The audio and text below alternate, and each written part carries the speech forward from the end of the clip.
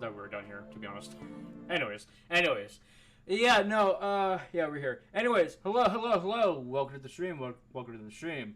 For those who are sort of unfamiliar for this, I usually when there's a new Punishing Gray Raven chapter out, I will go ahead and spend the entire month trying to read this to the best of my ability.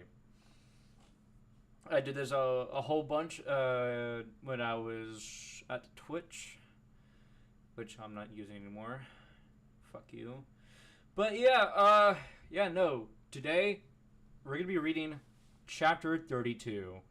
Katarina, a new Katarina's chapter. She hasn't had a chapter in like 19. Well, it's been since Chapter 19 that she's been the main focus. Which, that's a long time. That's a long time for sure. Holy shit. But now she's back with a new frame and all. And let's see how it's done, of course.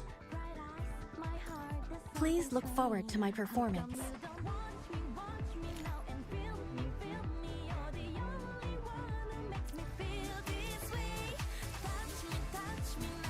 Alright.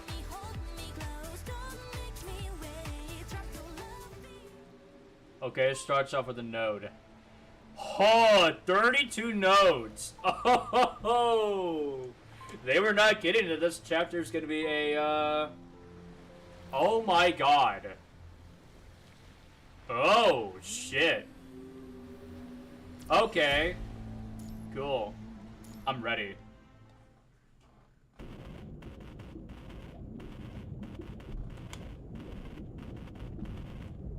That's Morse code.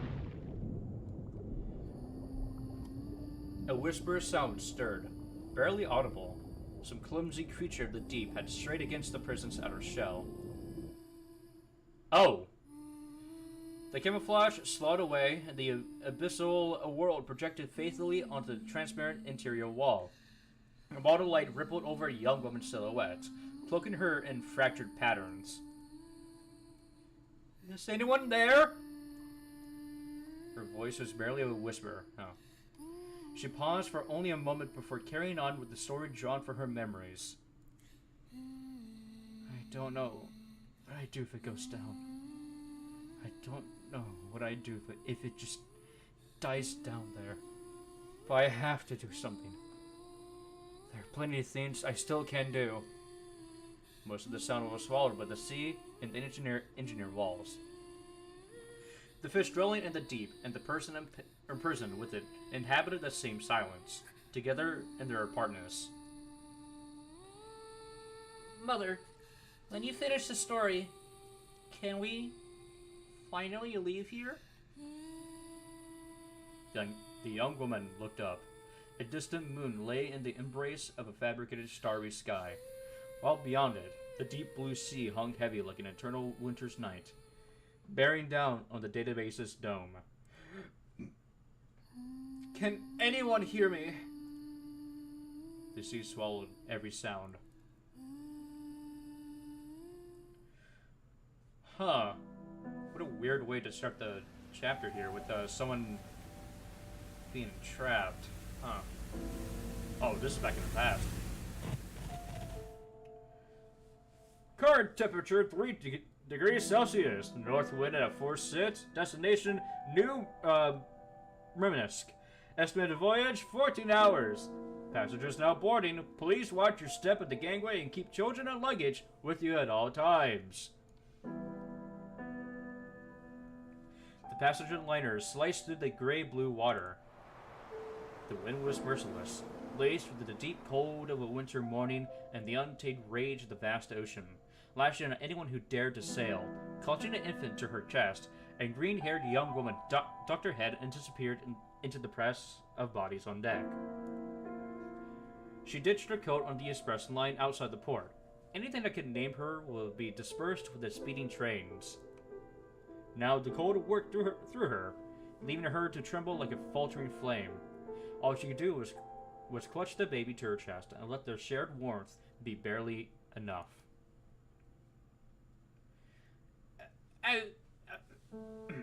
Sweetheart, what are you doing out here dressed so thin? Are you by your... The kind woman draped a coat over the young woman's shoulders, and in that gesture, as she leaned close, her gaze fell upon the baby's eyes. Those eyes did not meet hers, yet they pinned her in place, quiet with a stillness far older than any newborn. They were a forgotten sheet of lake ice on the endless tundra, with winter's light sealed beneath. Like a frightened bird, she nodded hastily and made to escape from this kind but dangerous attention and vanished into the cabins. The alarm began to wail. Oh no.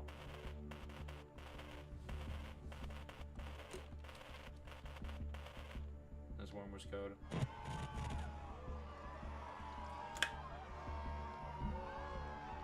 Mayday! Mayday! Mayday!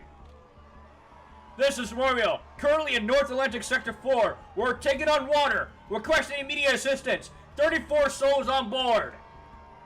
The rescue comes shattered like a hive torn apart, flooded with the voices all at once. Amen. Voice raw. Crave mayday and endless reputation.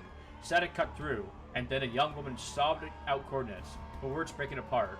The transmission struggled against the storm, then slowly died away. Mayday! Our hull is listed 50 degrees now. We've abandoned ship. 6 of us on the left raft. It's so cold. Please, please, somebody save us. Distress calls in different languages washed in like floodwater, only to be torn apart by static and warning waves. They layered over each other until the entire communication channel was buried alive in pleas. The Coast Guard stations along the transatlantic coast stood empty. In the wake of the explosion that threatened to devour the world, only ruins stretched across the shore. Those desperate voices, hoarse, shaking, young, tearful, rose like specters on the swell and then drifted down into rooms that held no one. Rain hammered the vast ocean. Out beyond it all, only silence answered. Ooh. Oh, shit. That's how we start this chapter. Huh. Okay. And now we're in Babylonia.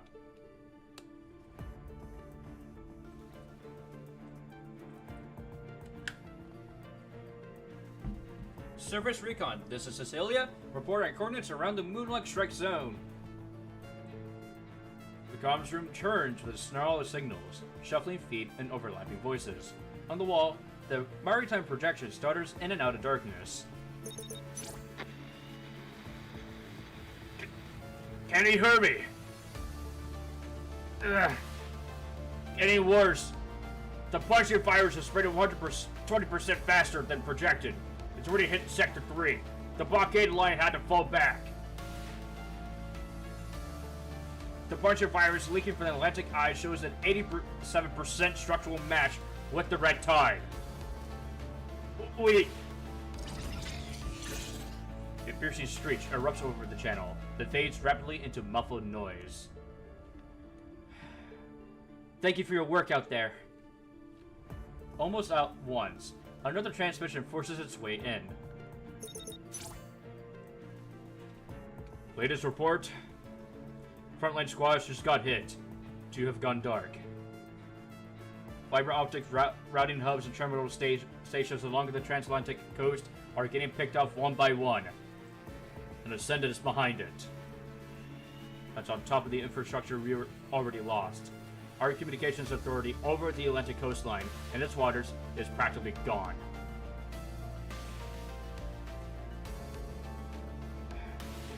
So every distress call we're picking up right now is only a fraction of what's actually happening? Exactly. Pass this down. It's banned all intel reception channels. Standard comm lines are about to fail, and we don't have time to waste. Understood. Cecilia slips her headset off and rubs the bridge of her nose. Secretary General. A girl edges up to Cecilia's desk, the strain audible in her voice. Late last night, we received 61 maritime transmissions.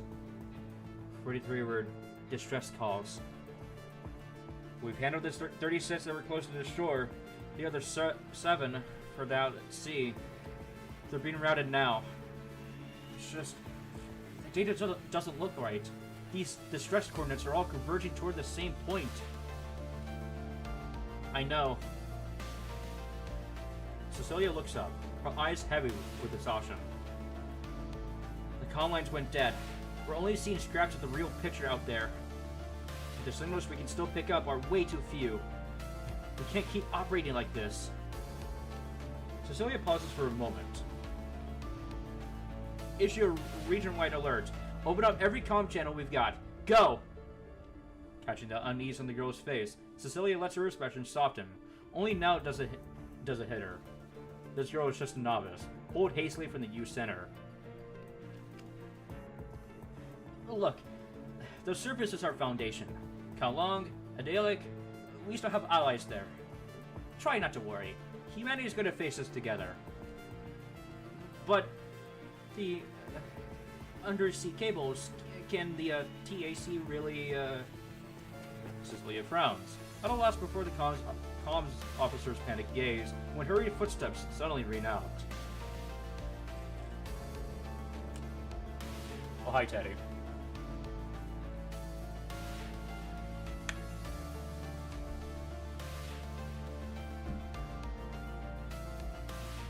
Babylonia isn't about to pin all of its hopes on the transatlantic crowd. That cartel of oligarchs has had the seas locked down for over 20 years. Cecilia, we're running out of time. The continent encrypted channel runs on pre-distributed entanglement. The system stashes away entangled pairs in advance. Sure, a little rainy day stockpile, but that cushion won't last long. Once the entanglement resurges and the repeaters run dry, every military comm line riding the quantum network goes dead. Generating checks the time in her terminal and scowls. She pushes her pace faster, hurrying toward the military comm center. And in the time it took you to say all that, those backup reserves are already gone. Oh, so it's my fault? Maybe the hardware whiz over here should have pushed quantum memory coherence time to its theoretical limit ages ago. Just a thought. Two faces, both twisted with annoyance, let out a scoff in unison and turned sharply away. The military's network communication system was originally built on quantum encrypted channels. After the Punchy virus outbreak, the already limited quantum fiber optic network suffered widespread destruction. The conventional and quantum fiber optic systems along the Atlantic seabed, however, survived relatively intact and went on to carry 80% of surface traffic, along with a massive volume of military data. Unfortunately, when both systems fail simultaneously, the result is catastrophic.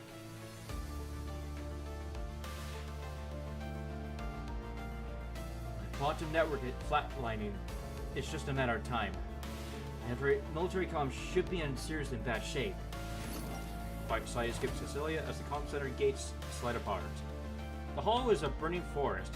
Alarms overlap in a straw chorus. Green lights bleed to red, and every window is cascade open, piling into precarious towers that build themselves only up to shatter. And Bad Shape was still too optimistic.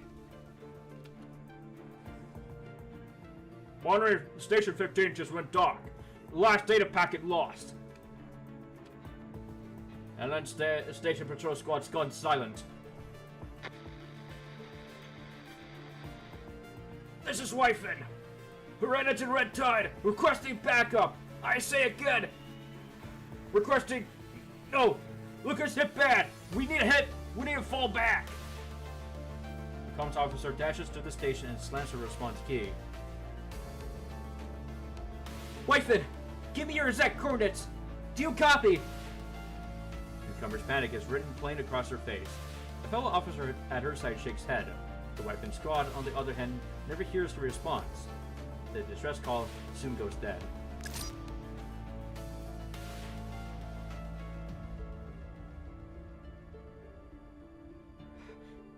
Can't confirm friendly positions. I say again, can't confirm friendly positions. Lost contact with Heron Lake over 30 minutes ago. Last visual, they were heading southwest. After that, the red tide closed in between us. We have no orders this whole time.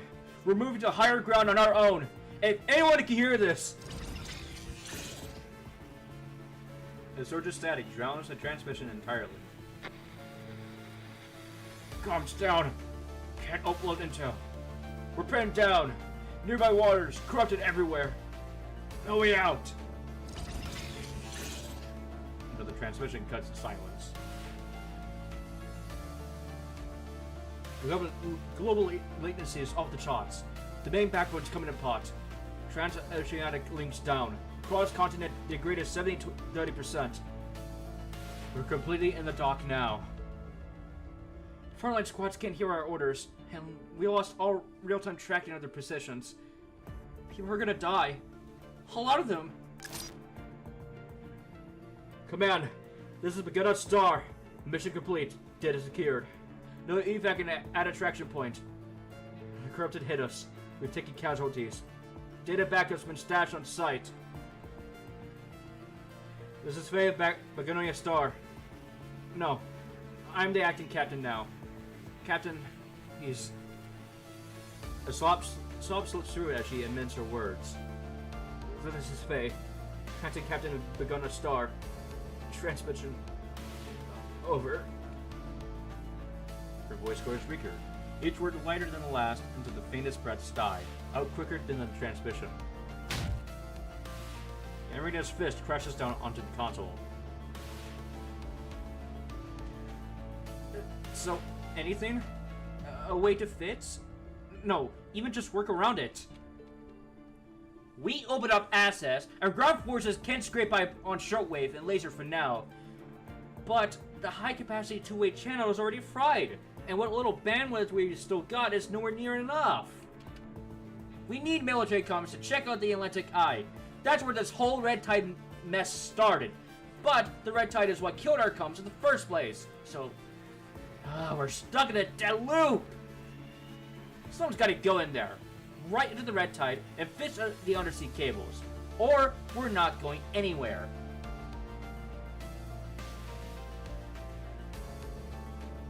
I hate to do this. But I'll be right back. I'm getting some food. You can hear the ambience though, so I'll be right back.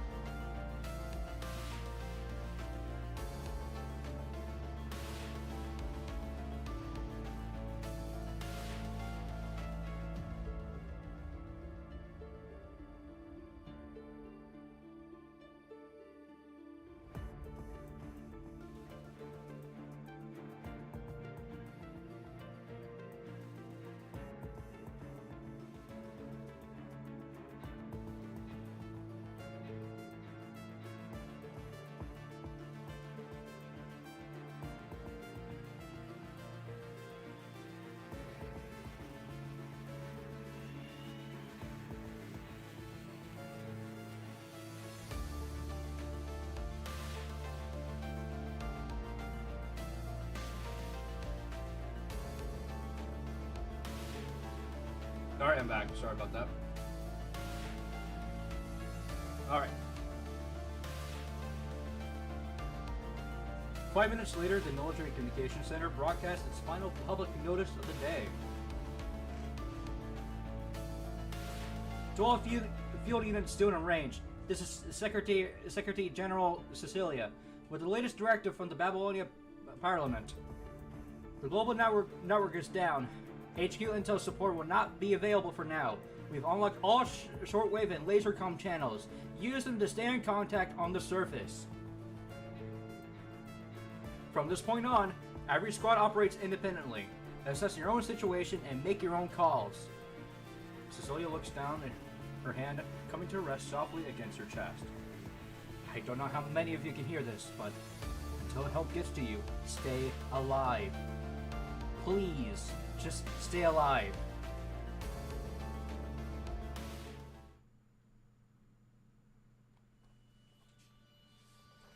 Alarms shriek without pause. Across the holographic displays, red markers track the spreading red tide. The engineering force stands fully mobilized.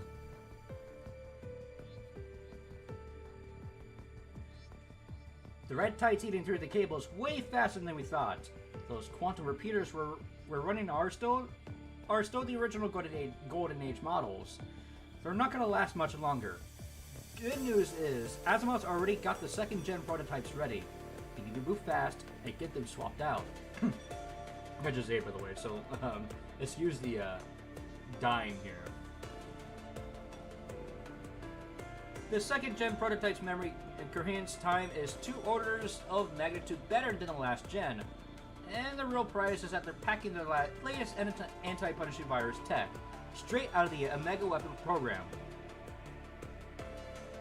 We're splitting into squads by a target zone, moving out separately. The Khan's blackout turned into a landslide. I guess whose job is to dig us out? That's right, us.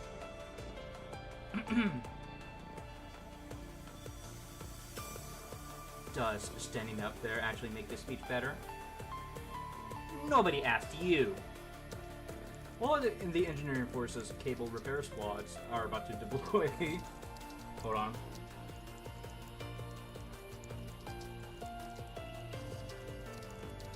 Teddy remains fits at her desk, typing away without looking up. Those TIC people have really gone downhill. I've seen deep-sea fish write cleaner code than this. With their eyes closed. Hideous. Absolutely hideous. Give me 2 more days, my version of the protocol will be ready to go. 2 days?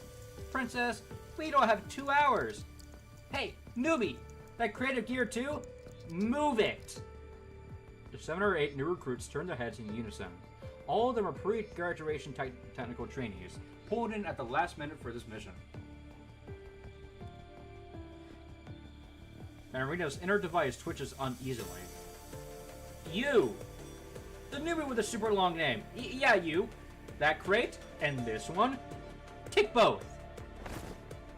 From the crowd, a tall young recruit jerks upright, stiffening by instinct. Yes, Captain! That is a ridiculously long name. Oh my god, that's ridiculously. Here we go.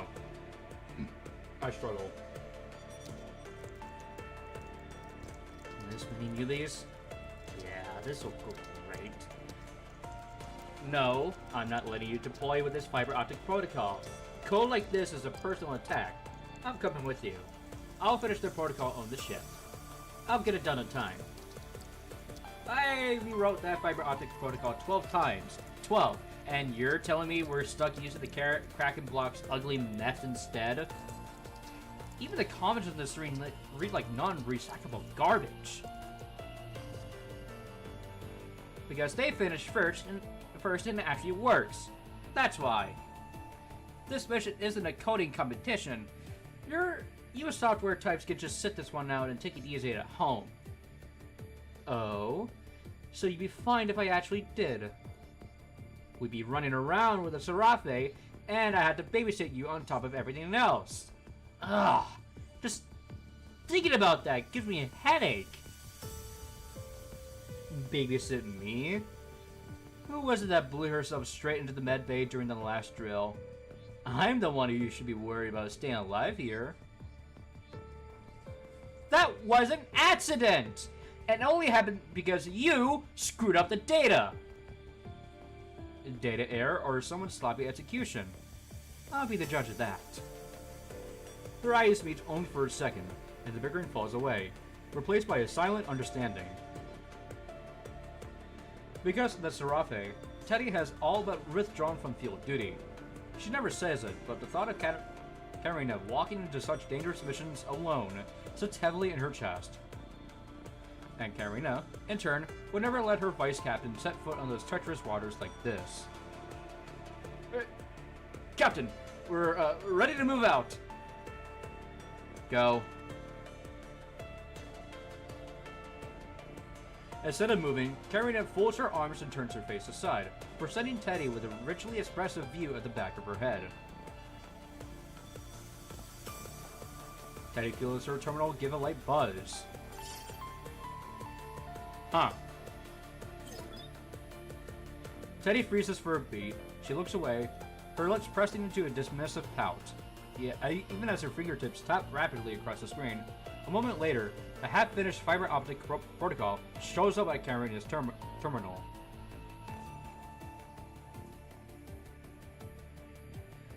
Your code's nothing special either, you know. Barely good enough to use as a lucky charm. Just go already. Quit dragging your feet. Karina tilts her chin up and delivers a flat palm to the back of her rookie's head, the one who's been squatting there enjoying the show. You heard her, rookie! Move it! Quit dragging your feet!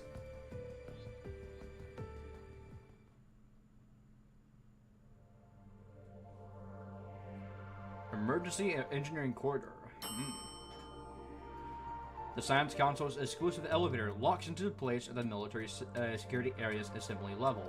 It's one of the largest transit hubs, the primary relay between combat units and the final waypoint before the battlefield. The door appears open. Dark circles sit beneath the arrival's eyes.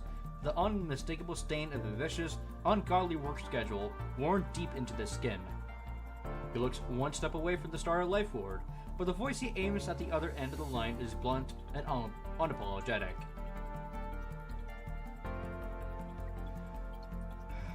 I need 10 minutes without any interruptions. Counselors, stop dressing up your panic like it's some kind of scientific curiosity and hovering around me.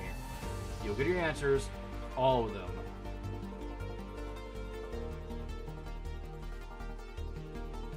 He steps aside, clearing the way with a small nod. Moments later, a line of stretcher beds rolls into view. A Star Life emergency team rushes past him. The wounded strap in, wheels screeching harshly against the floor. Weaving through the harsh noise, soldiers in full combat gear pour past in the opposite direction, bound for the airfield in the front. In this endless loop of coming and going, life goes thinner, quietly slipping away one by one. Asimov stays where he is, eyes fixed on those retreating backs for a few long seconds. Then he looks away, unhurried, and rubs his heavy shoulders. Brisk footsteps and chattering comms fill the air. Yet when Asimov enters the Engineering Forces assembly area, the room goes silent for just one breath. Asimov? The girl glances around, and after a pause, gestures uncertainly toward herself. Asimov rubs his forehead, the picture of a severe sleep deprivation.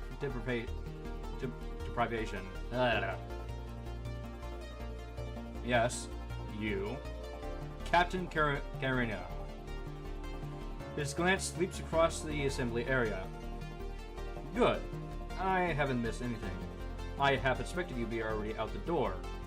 The Engineering Forces captain doesn't exactly have a reputation for sitting still. Huh? What's that supposed to mean? You think we're gonna mess this up?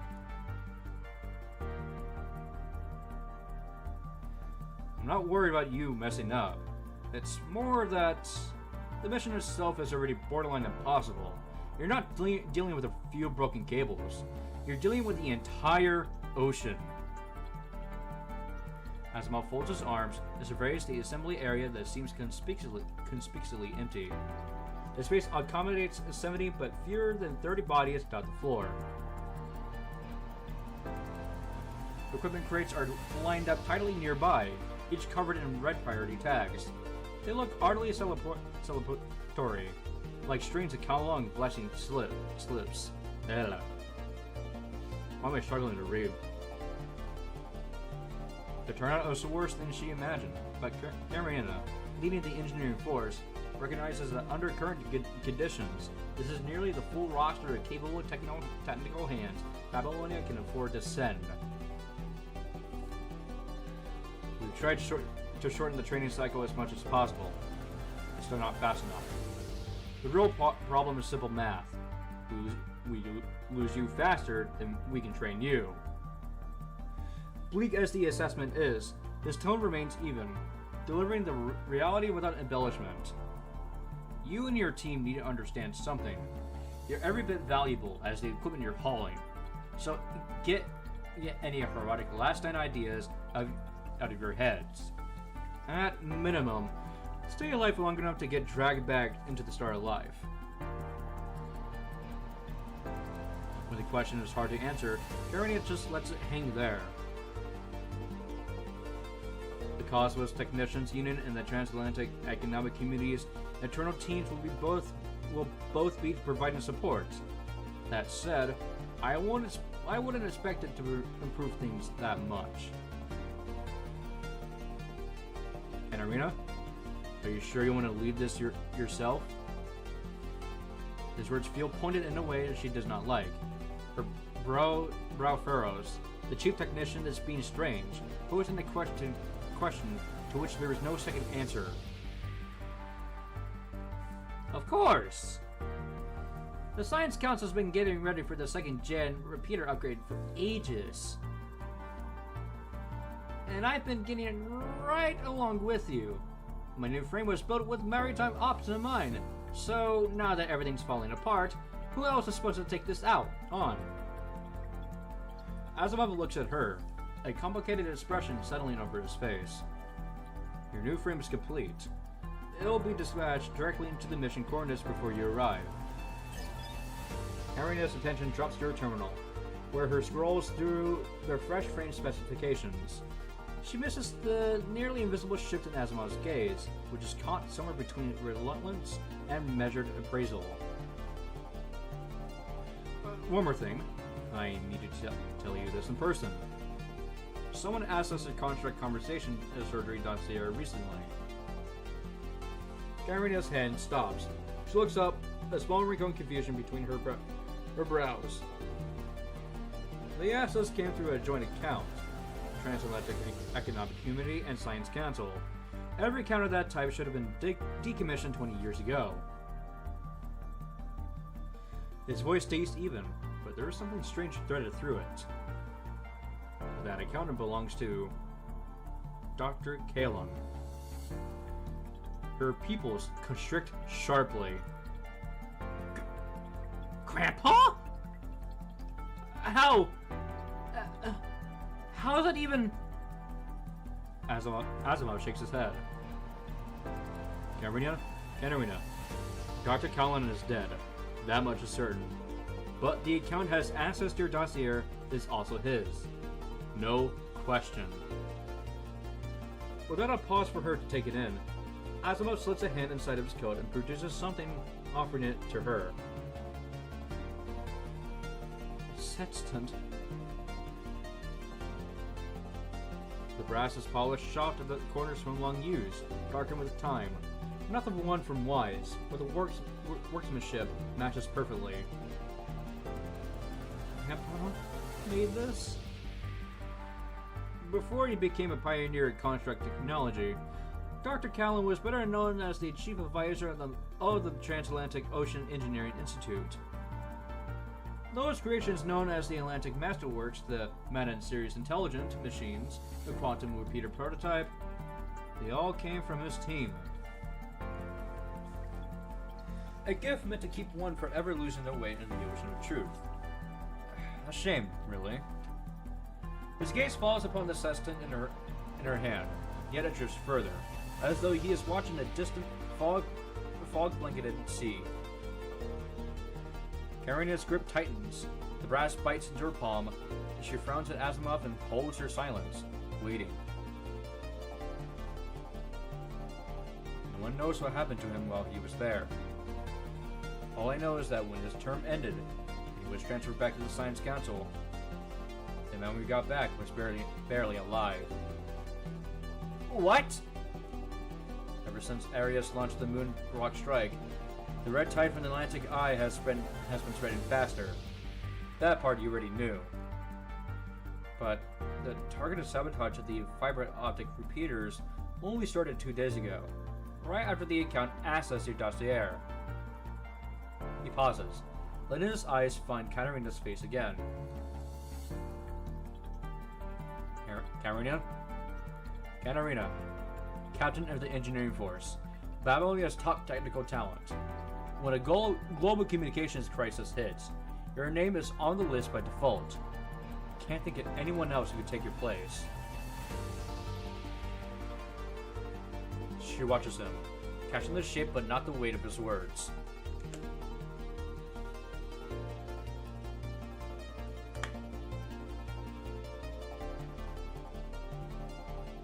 This could all be a coincidence, but more likely than not, it's a trap set for you. He asks the question again, and is not exactly the same tone as before. Katarina, are you sure you want to lead this yourself? You have the right to say no. Katarina, however, lets out a breath of relief. That's it? Here I thought you were about to drop something heavy on me. Like I ever backed down. Whatever happened to Grandpa back then, whatever someone's got planned for me, it doesn't matter. The mess we're on right now still needs fixing. Someone's got to do it. And if there's some scheme waiting, fine. Find it, and then I'll blow its goddamn head off. Katarina pockets the sextant Callum made, not giving it another thought. The assembly area is washed in pale, clinical light. At the corridor's distant end, another team is gearing up. Noise washes in and out like a far-out sea, swelling and retreating. Asimov looks at the girl before him and gives a nod. Then go. Try not to let your new frame datas rot at the bottom of the ocean. He turns and walks toward the elevator, already reconnecting the call he cut off. Alright, counselors, I'm back. We've got 9 minutes left. Make them count.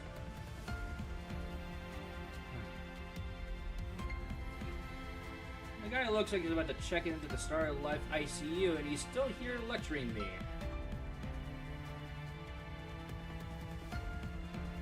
Katarina, I can still hear you. Also, your new frame's vestibular module hasn't been loaded with the naval data yet. Asimov throws her a backward glance. So, if you get seasick, try not to stand on deck cursing at the sea. What? Hey! At the far end of the quarter, the elevator doors part again. Asimov disappears into them, and a fresh wave of soldiers spills out. Each one is stubborn, brilliant flame that refuses to die out. Okay. And that is how this chapter starts. Cool.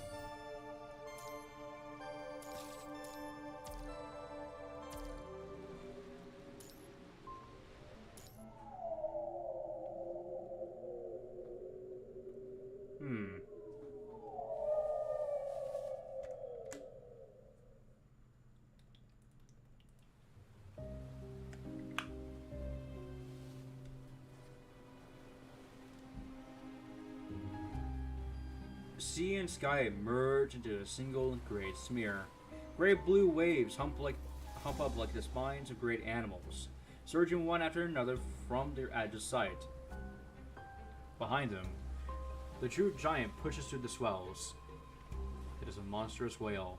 Exposed crimson bone and tangled metal crosshatch its body, thrown together like some devil's idle prank. Vicious flesh jewels from the framework. Its back alone is flat and wide, and from the middle of it, a throne of ruby crystal erupts.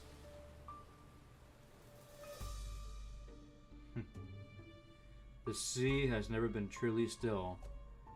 Its depths have swollen in an endless silence, and beneath that silence is nothing but human ambition. Boundless and ravenous. The reply comes as a whale call, crackling and distant, as it spun from the horn of some antique phonograph. You want to go there too?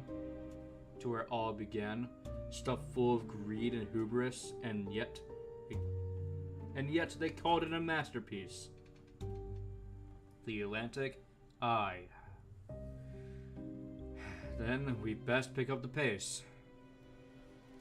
Fresh from his latest triumph, the disciple's fingers trail across the deep crimson veins of the crystal throne. The veil screams in agony. Arius raises a hand to the sky, eclipsing the fog-dimmed sun. He regards his own metal palm with a strange, appreciative gaze.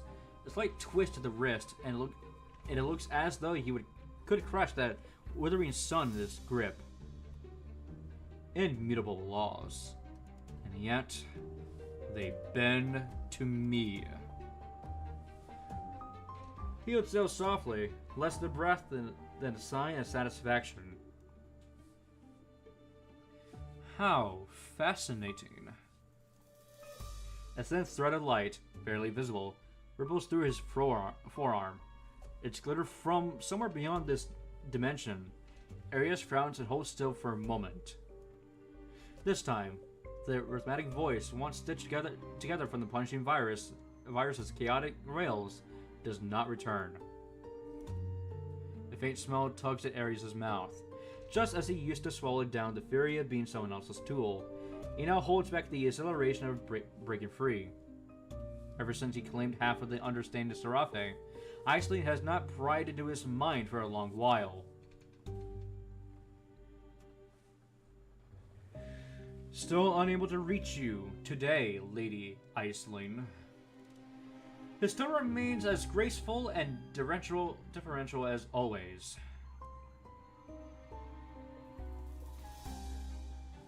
Out of your sight, the reshaping power you granted me seems to have grown stronger.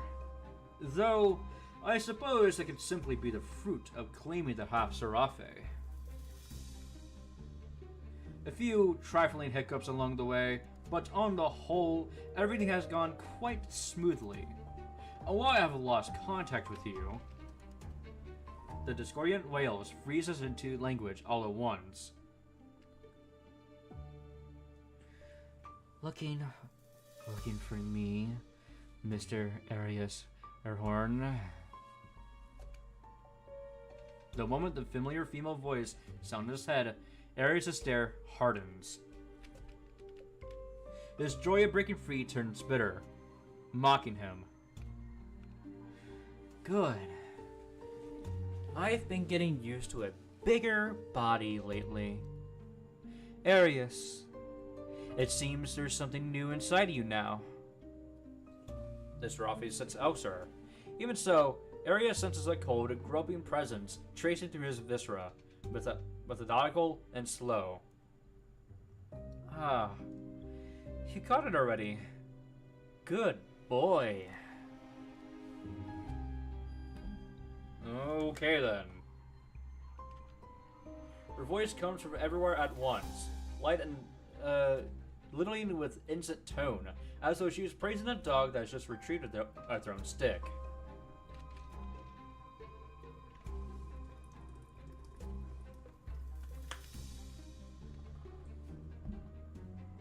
Arius lifts his hand again, but the motion is almost soft and graceful now. She fixes a cold stare on the pale, angular mechanical limb and curls her lip with contempt.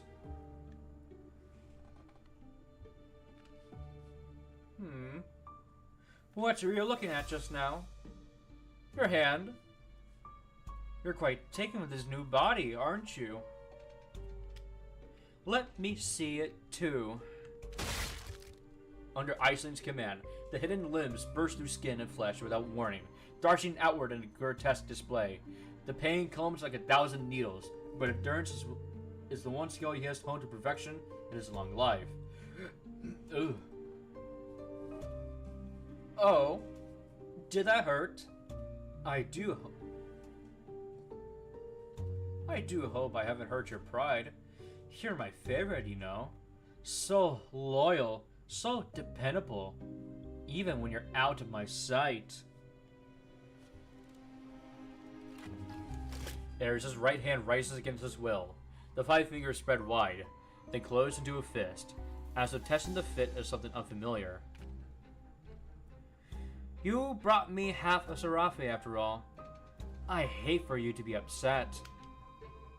Vios' features contort into a rapt smile at Aisling's bidding. He yields to it and lets the expression settle. You are too kind. I've never cared about what goes on in the head of yours. As long as your performance stays beautiful, that's all I need. She squeezes his hand, like a curious child with a new toy. Her voice flattens to breezy indifference. Besides the pack nippling at your heels over the half Seraphe, it looks like you've been stirring something else up on the side. Babylon is running themselves ragged as we speak. Global channels failed. Comms dead. Combat's gods gone silent. They'll have to throw everything they have and fix in those cables. Otherwise, that defense line humanity worked so hard for crumbles in days. And to fix those cables, they have to walk straight into your little trap. Am I wrong? To use the red tide to cut those deep-sea cables, you need someone who knows science, the ocean, and every secret that the TSC ever tried to keep, right down to every last repeater's location. Arius, reviving you really was a bargain. A note of genuine pleasure finally enters her voice, and then it cuts off abruptly. The gossamer threads inside of his mind dissolve without warning. Arius' right hand drops to his side, control flooding back into his own limbs.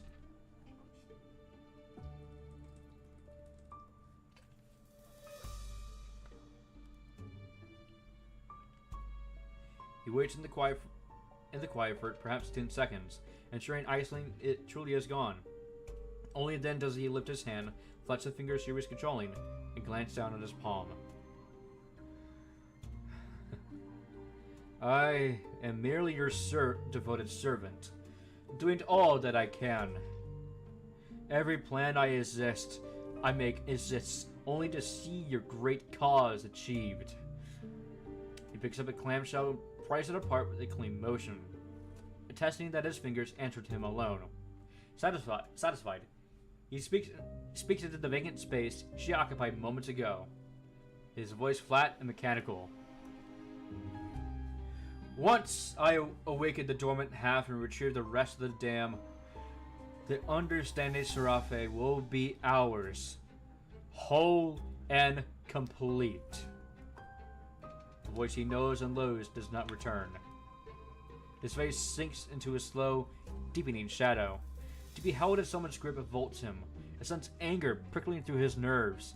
He masters it anyway.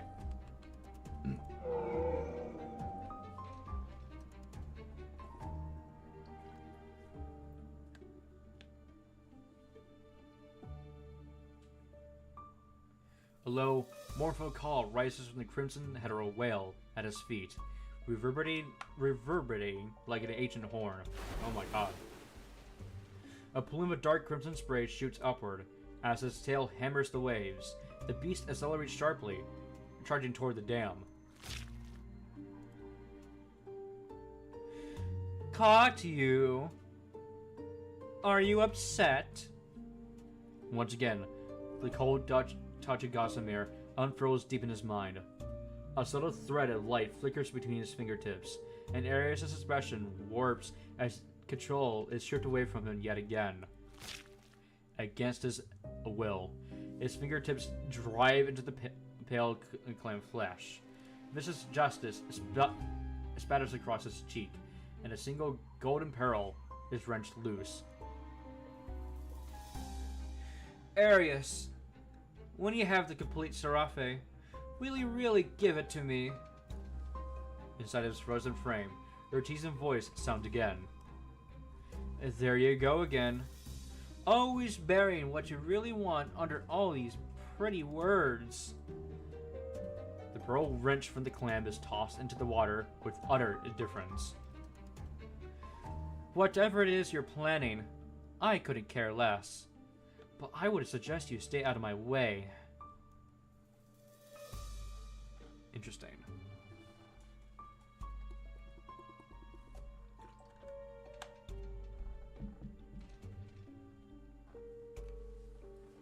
The sea stretches boundless and merciful. Mercurial.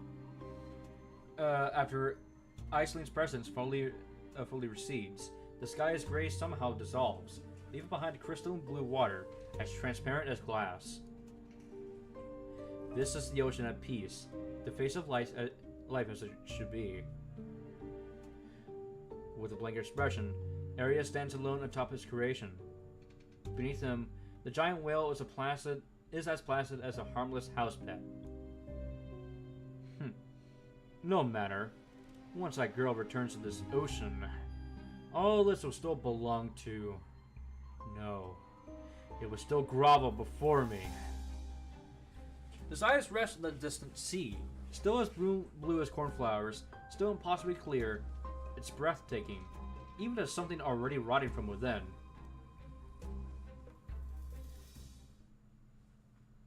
Holy shit.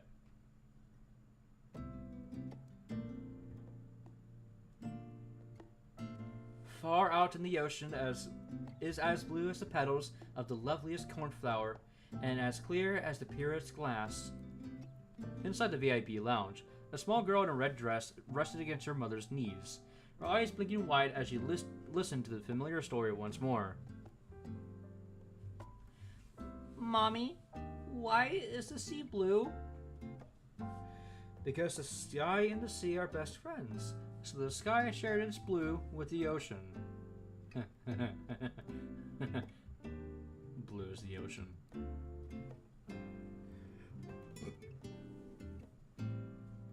The girl paid little attention to her mother's words.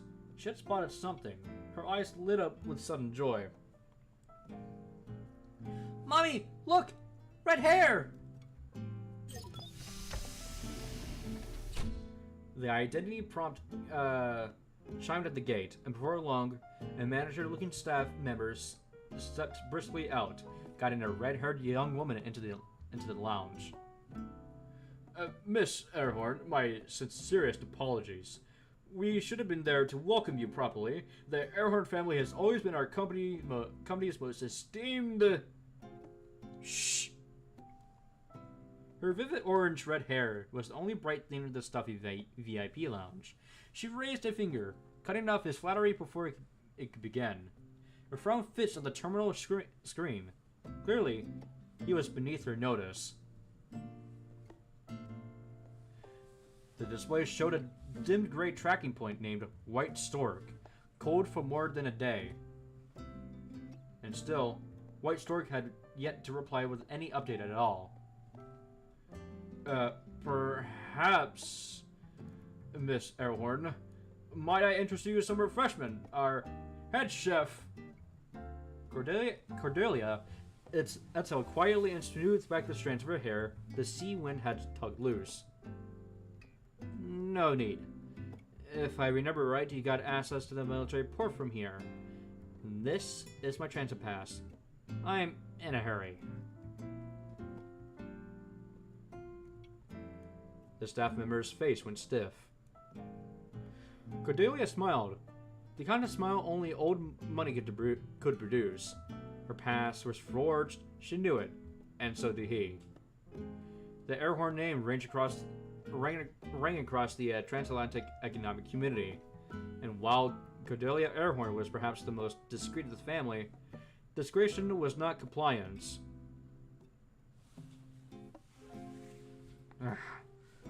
Making people's lives difficult. It's like it runs in their blood.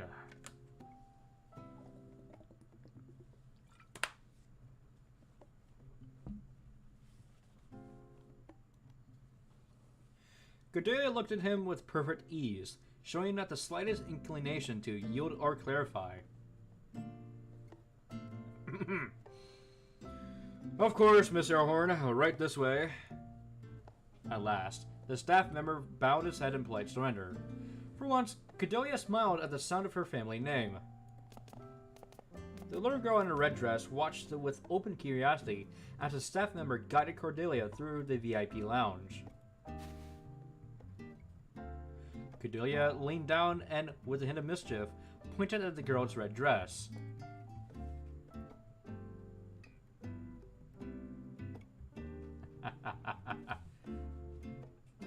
The sea isn't blue because of the sky shade its color. It's because the ocean eats up most of the red light.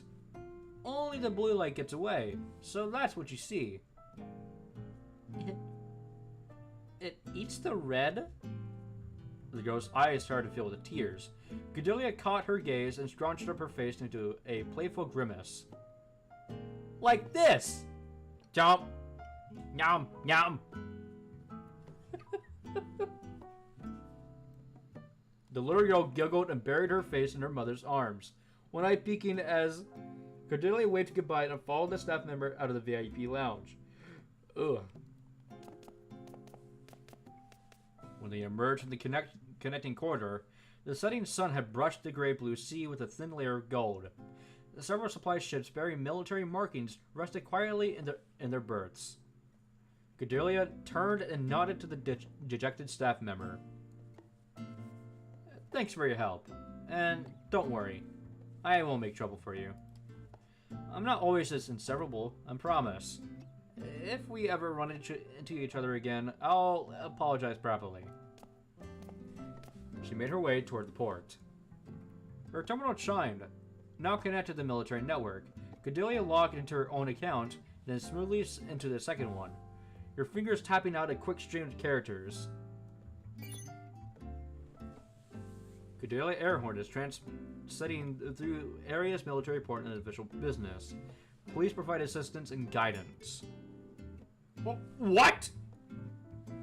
The force passed from moments ago had now begun a genuine official notification. Miss Airhorn!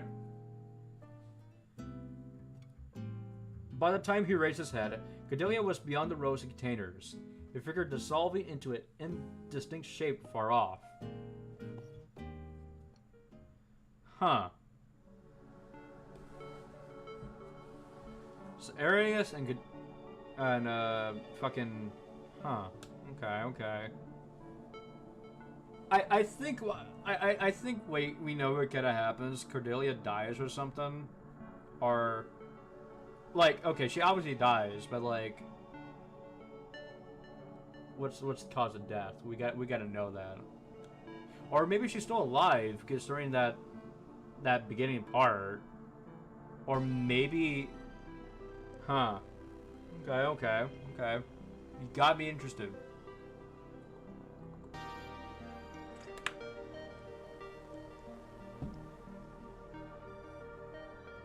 Past the container stacks, mechanical cranes lifted sealed supply crates from the pier into the ship's hold. Every box marked with Cosmo Technicians Union's insignia. On paper, they were headed to the North Atlantic Weather Buoy maintenance station. In reality, they were bound for a corporate military outpost at an undisclosed location. At the edge of a container's shadow, Cordelia looked up at the crane's boom, suspended and high and swaying faintly, as unsteady as her own thoughts.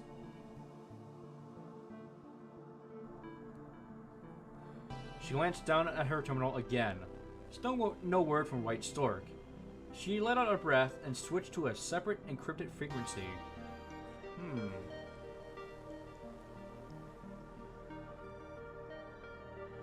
Professor?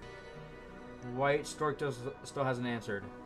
I don't know if she made it out. I left plenty of false trails behind. I should mess with anyone trying to follow her.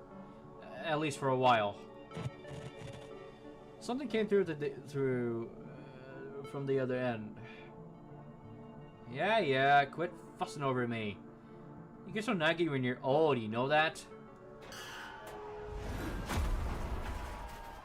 A commotion burst across the port without warning. Move! Out of the way! The boom's brakes failed! The steel truss is coming down! It fell on someone! Cordelia spun around and ran toward the source of the noise.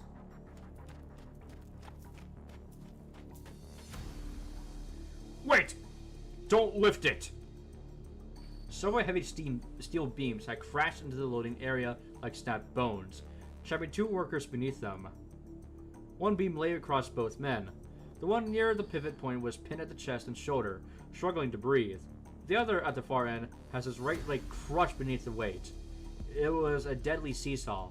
Any shift of pressure toward one meant worse for the other.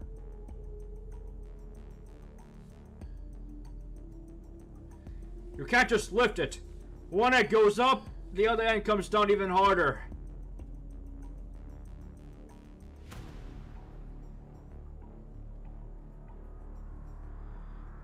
By the time Cordelia reached the scene, a young man in an engineer's uniform was already standing nearby, his face drained of color. Don't touch a thing! Nobody move! The machines! Where are the smart machines? The Manan unit?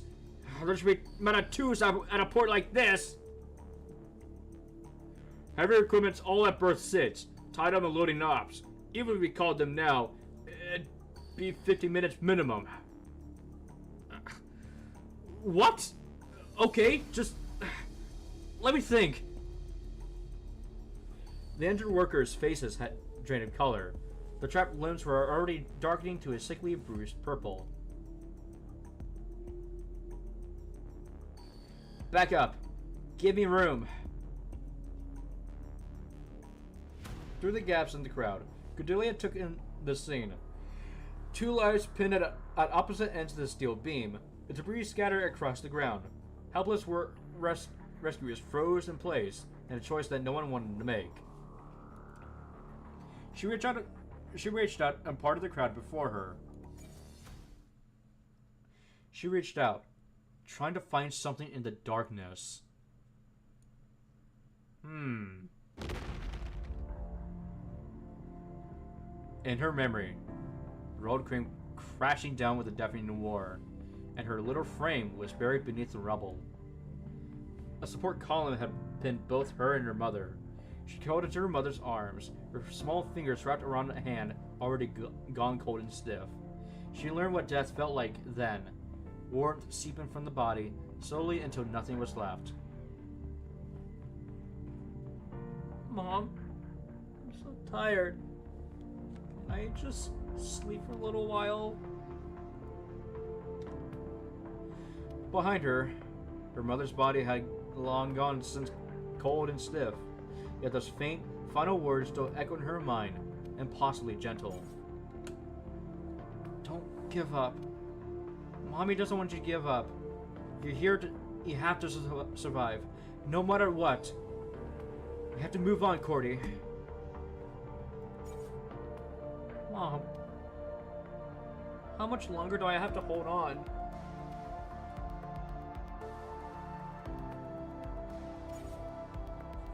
Just a little longer. Just make it through to this moment. Just a moment longer. The scene was utter wreckage. The support column had Cordelia trapped at one end. Its other side weighed tightly against a complex stasis pod. There's no time. That pod could collapse any second. Coronel Descent's orders were clear. We cannot allow anything to happen to the thing inside.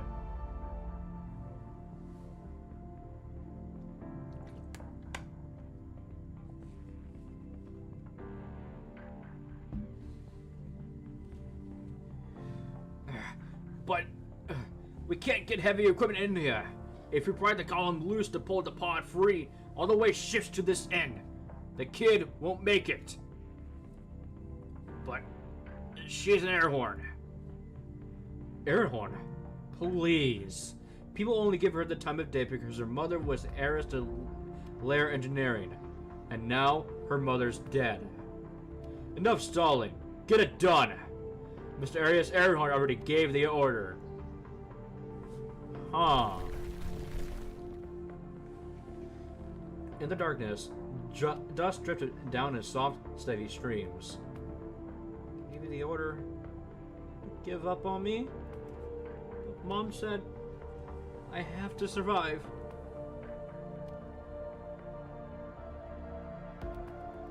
Stop! We can save both! Heavy equipment's not going in here, fine. What we've got inside is plenty. It's just a matter of calculating the low balance. Time meant nothing in the darkness. At some point, he came.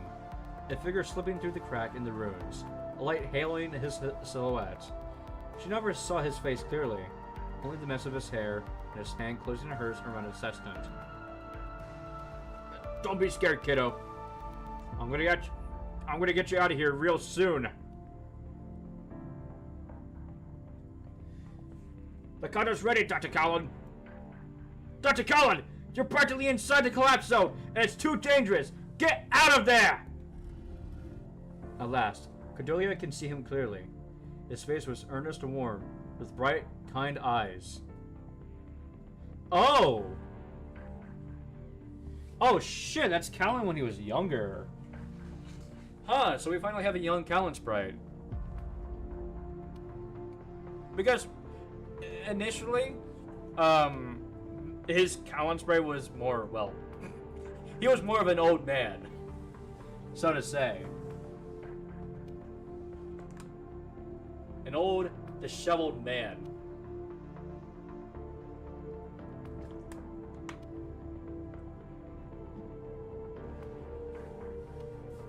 You're going to survive this. Just hold on a little longer.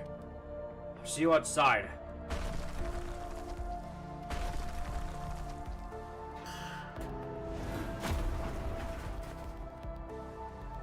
The gentle light of dusk colored her once more.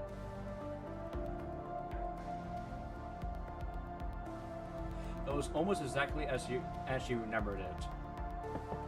Cordelia crouched down, her gaze traveling from one end of the steel beam to the other, and back again. She placed her fingers in a particular spot and gave it a soft tap. Show up the base, and someone give me a cutter, plasma cutter, angle grinder, I don't care. Anything that bite through the steel. What are you doing? This is a stressed equilibrium point. You're doing a stress release cut here? How did you even find that? I mean, the stress distribution. She trailed her fingers across the middle frame again, and within moments, something clicked into place behind her eyes.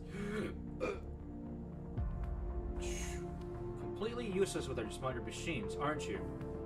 What's your name, newbie? Larson. Larson, have you seen a movie? Read a novel at least. Nobody wants a lecture right now. Just work.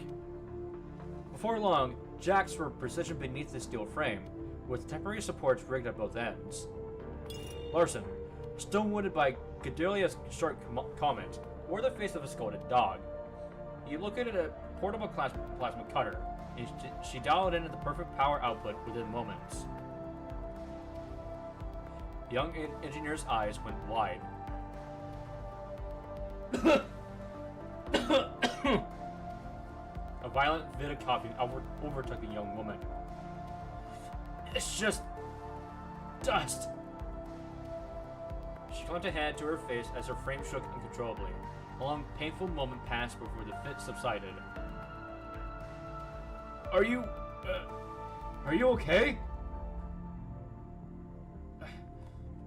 Tokenets and a stretcher. Get them ready. She dismissed the warrior with a wave of her hand and dropped back into focus.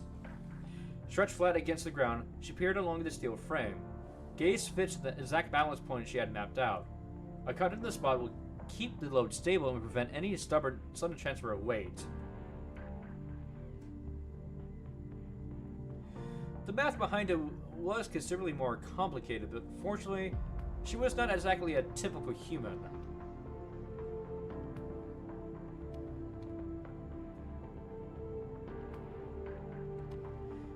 Are you really sure about that spot? How did you even work that out? The material properties alone, the stress shifts during the cut, there are way too many variables. A human could have possibly... too bad for you then. I'm not exactly human. A shivered deep blue light flared through Cordelia's pupils.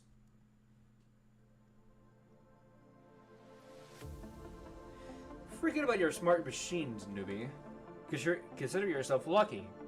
I'll walk you through it. Just this once. These points right there, see them? You got it?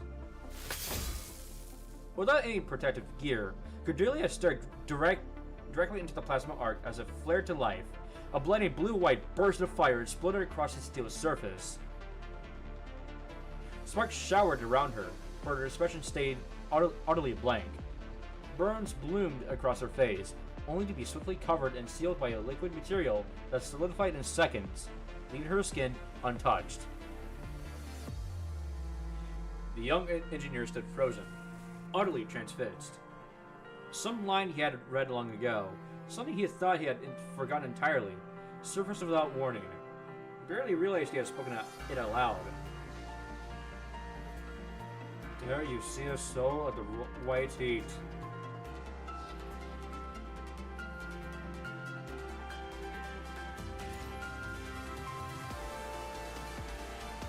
Okay, this could probably mean something.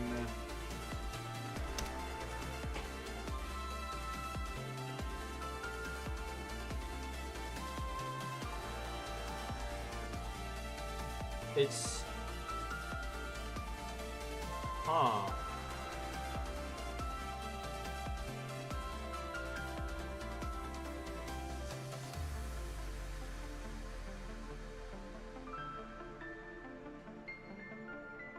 Okay, hold on.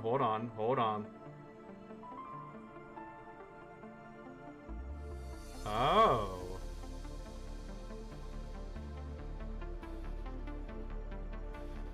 There you see a soul at the white heat, then crouch within the door. Hold on, I'm gonna show this actually, because this is really interesting. So this is from a poem from Emily Dickinson in 1862. Then crouch within the door.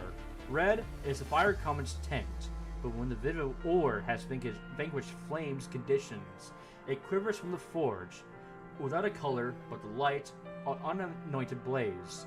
The least village has its blacksmith, whose anvils even ring, stands symbol for the finer forge, that soundless tugs within, refining those impatient ores, with hammer and with blaze, into the designated light, repudiate the forge. Okay. That's interesting.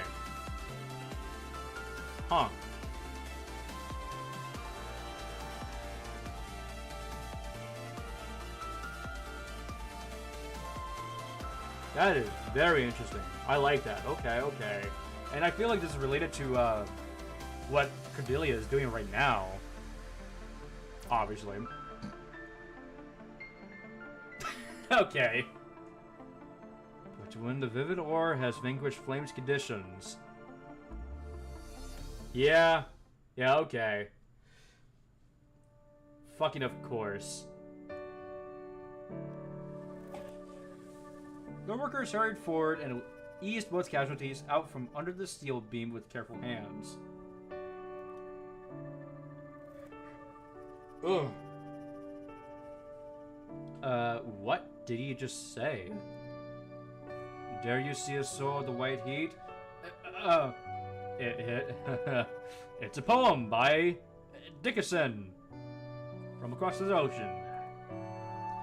Cordelia gave Larson a brief, appraising glance. Poem? And you've got it memorized too? You sure you're actually an engineer? Where are you posted? Rainbow Bridge Military Base. Well, I just graduated, got my transfer orders, and I'm on my way to report for... wait, no, I shouldn't be telling you any of this. A small smile crossed her face as her fingers flew into action. It's fine. You're clear to talk now. Just then, a chime rang from Larson's terminal. A new appointment notice appeared on the screen. Cordelia Airhorn was to assume the role of engineering advisor at Rainbow Bridge Base. Effective immediately, she would be his direct superior. Huh? Oh, by the way, you know where the quartermaster's office is around here? I need to get some seeds. As she spoke, a little robot that looked like a potted plant drifted out and hovered beside Cordelia.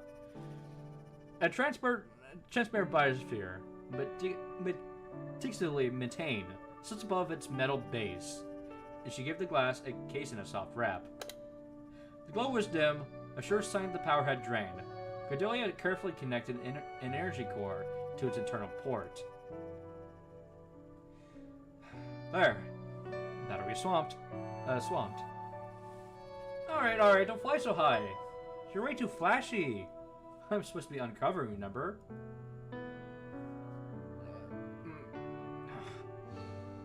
The quartermaster's office is this way. A note of embarrassment crept into Larson's voice. I need some cornflower seeds.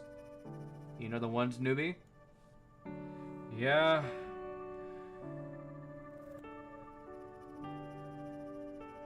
Far out of the ocean, the water is as blue as petals of the loveliest cornflower. I know that from a fairy tale back home. I know that was quoted earlier, but I actually want to see what that is. Far out in the ocean is as blue as the petals of the loveliest cornflower.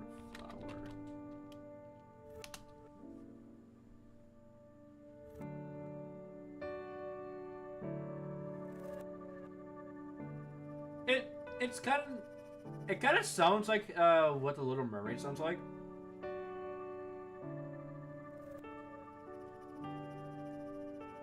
But it doesn't have the exact thing. Far out in the white sea, where the water is blue as the loveliest cornflower and clear as the purest crystal, where it's so deep that very, very many church towers must be heaped upon one upon another.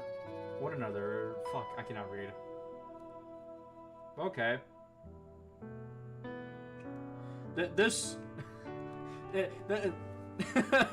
I'm not much of a literature person, but I feel like the people that are watching this like right now are gonna be like, yeah, you know what? I can see some similarities between here and there.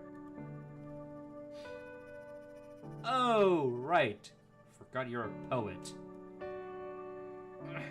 Please don't. That's the one they made into a movie a while back, isn't it? A friend of mine and I read it together once. We haven't seen each other in a long time, though. God damn it.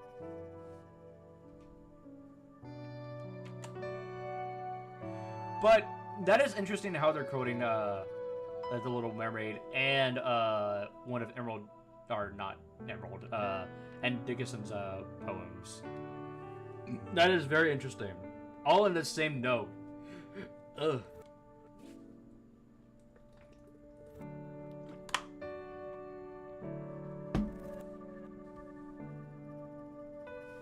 Whatever the reason could be.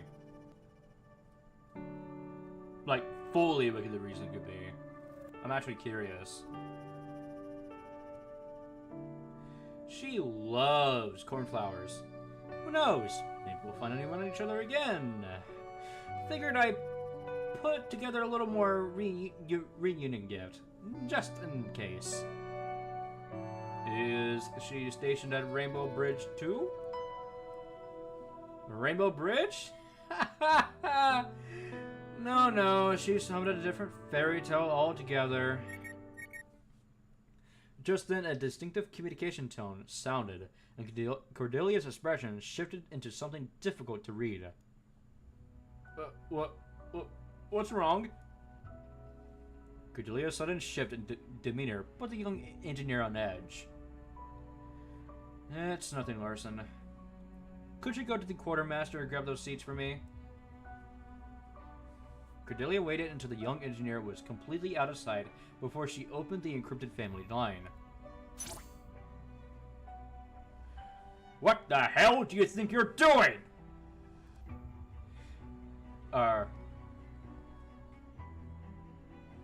The young woman frowned as her brother's ward came through the line.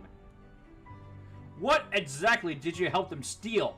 The whole institute is in chaos. Arias already knows. I wasn't trying to hide it from him. Cordelia! I can live with you being a useless disappointment, but if you keep screwing around with Callan, you're gonna get yourself killed. Get myself killed? When I was actually dying back then, who chose me besides Professor Callan? Which one of you did? What really happened in that accident? What was inside that sleeping pod that mattered more than my life? More than Mom's? You don't need to know. Am I not your sister? Wasn't it your mother who died? I'm the victim here. Why don't I deserve to know? You don't need to know that either.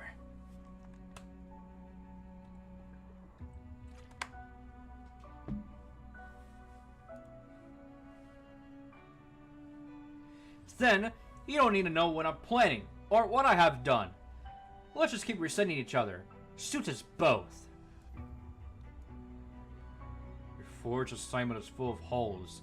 As if Rainbow Bridge would ever need an engineer advisor at your level. But the Deep Save database is still nearby, is still in its first phase. I added her name to the roster.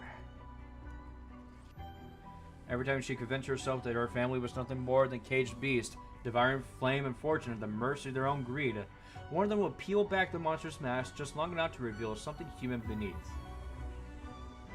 Stay out to sea. Keep your head down. That military base is Atlantis' outpost, and if he decides you're too much of a liability to keep around, don't expect me to step in. You know I won't. If it comes down to it. Run to Atlantis and never come back.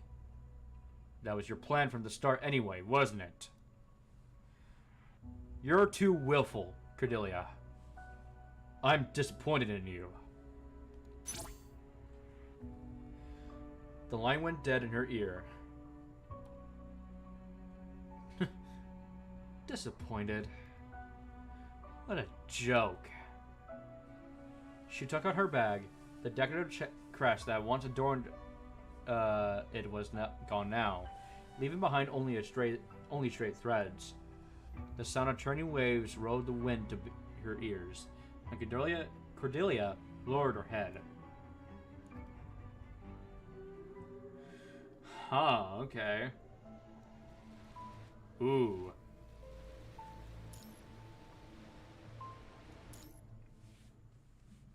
We got a code right here as well.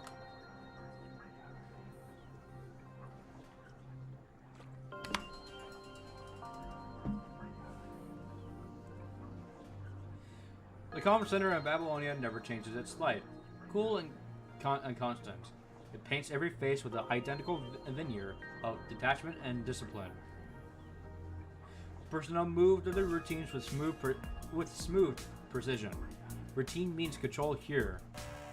Till one screen bursts into violent crimson. Ma'am? The red glare slicks across skin like fresh blood.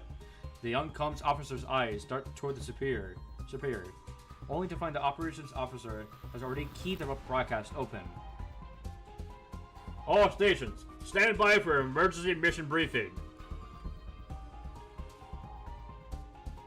across the military security area. Projections rise above the construct squad's planning tables. A full schematic of the Atlantic Eye hangs suspended. Gray exclusion zones radiating outward for the dam and concentric rings. And crawling across these once neutral waters, dark crimson veins pulse and breathe like the vascular system of some vast animal, like roots that writhe and feed, spreading everywhere at once. Atlantic Sargasso Sea. Punching virus concentration reached critical levels in under 2 minutes. Multiple intelligence sources confirm an anomaly at the Atlantic Eye. Red tide output from the dam has tripled in the last 20 minutes. Cause unknown. Terminal screens flicker on in the shuttering cabins of transports, the hush of makeshift camps, and the edges of coastline conversation areas. On each one, the red tide stains the sea and spills into the gaze of waiting combat teams. All squads receiving this briefing, report to designate coordinates immediately for combat. Support or stand by. Wind tears across the staging ground, blending with a sharp percussion of steel on steel. It is the sound of war, tuning its instruments. Be advised, the Comet Patrol Array has been uncontrolled since the Atlantic Calamity. This red tide breach puts it at an extreme risk of corruption. The no-fly and no-sail zones surrounding the dam remain active. The Comet Patrol Array serve as the Atlantic Eye's defensive mechanism. Its units link through energy pulses, weaving together into a wide area protective shield. The dam's interior is sealed by an Inaki system, and together with the Comet Patrol Array, it forms a line of defense that has always kept out would-be intruders. Any aircraft or vehicle entering the zone risks interception by the Comet. This would not be easy. On the tactical map, across the ruins along the winding coastline, tiny lights glow like scattered fireflies, pushing silently toward the giant wound that pours red tide into the sea. The mission channel flips to encrypted. The operation officer's voice reaches every terminal at the forward edge of human resistance.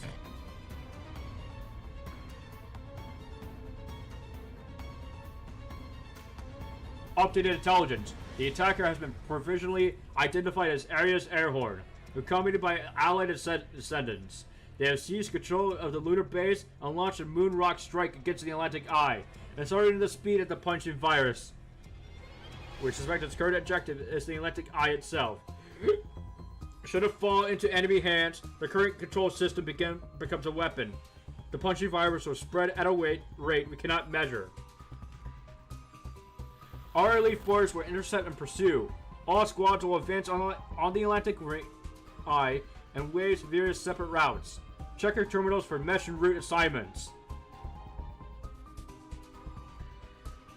Navigation packages surge from Central Command to each raiding squad's display.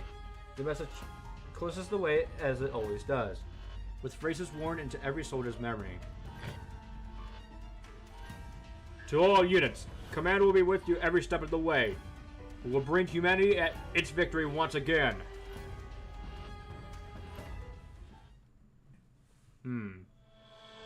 Hi, Lee.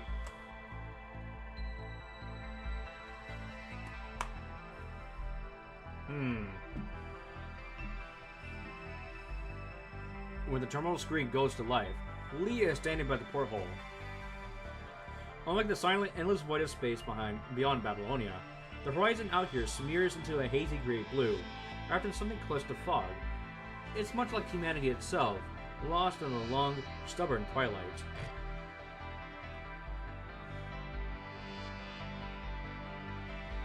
Attention! Classified mission briefing. Recipient, Grey Raven. Lucia turns her head sharply. Your eyes catch mid-air for a single beat, then both look down yourselves at the same time. Acknowledge. Proceed to Berth 3, Port Podestia Shipyard. Board the Baldir and set course along the Mid-Atlantic Ridge route toward the Atlantic Eye. Objective: intercept and block Arias Airhorn's advance. Current intelligence indicates that the abilities of areas of understanding Serafe may involve the deconstruction of physical matter. Should you face areas directly during the operation, exercise extreme caution. Understood. Currently, global military communications remain disrupted, severely limiting Babylonia's military command and coordination. Whatever dealing with the Red Tides continue to spread across the ocean or responding to a potential attack by the Ascendant, we remain in an extremely disadvantageous position. Therefore, en route to the Atlantic Eye, you are linked up with the Engineering Force's technical detachment in charge of undersea fiber optic cable repairs, and provide assistance with both the repair work and escort duties where capacity allows. To accommodate naval combat and operational requirements, a contract familiar to you has been assigned to join this operation. Please proceed first to Transatlantic Hangar 7 to receive contract frame BBD 72 Effulgence. The frame has been fully calibrated for red tide and marine environments. Transport it with your squad and deliver it to its designated construct when the time comes. End of briefing. Please confirm mission details. Mission confirmed. Grey Raven Commandant, good luck out there. We look forward to your success.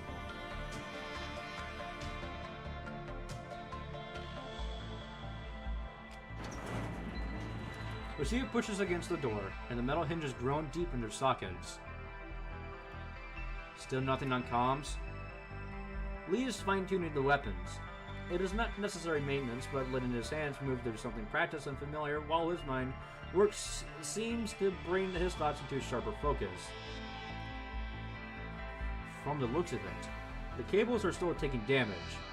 At this rate, military comms won't hold on much longer. With the no-fly and no-sail zones, there are many ways to reach the dam at the Red Tide source. Right now, only the Balder can't get us directly into the epicenter. Which means we'll be one of the first squads to reach the Atlantic Eye. And to keep the other Serafe secure, Liv won't be joining us on this one. Damn! That sucks though! That sucks! I wish we had the entire Grey Raven, but no. That's fair. Okay, see? This is what the previous chapters did not do. Is that they didn't give an actual reason why, like, a Grey Raven member couldn't be here. Like in Rosetta's chapter, we could have had the entire Grey Raven members, but no, we had only Lee. And that's it. And that's fucking it. Lucia and Liv, what the fuck they were doing? They're doing jack shit. Probably.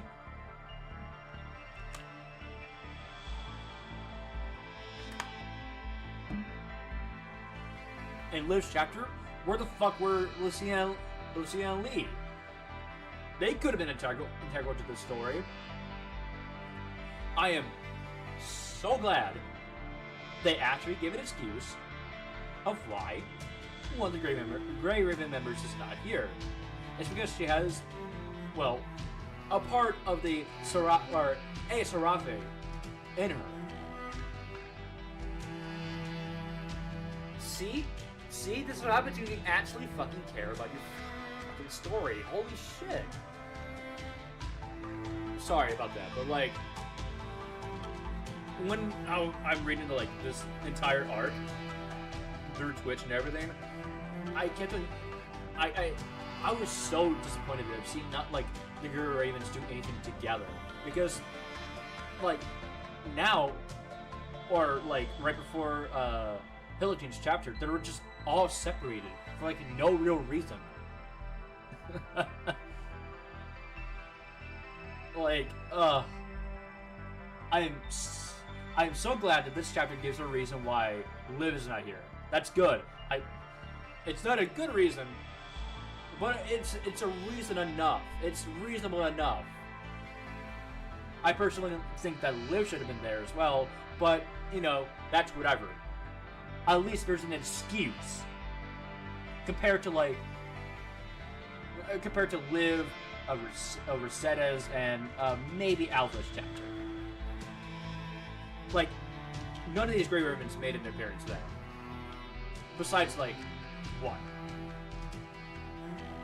So I'm glad they're actually bringing the Grey Ravens back together because, well, it's in the game. It's in the name. Punishing Grey Raven. This is Grey Raven.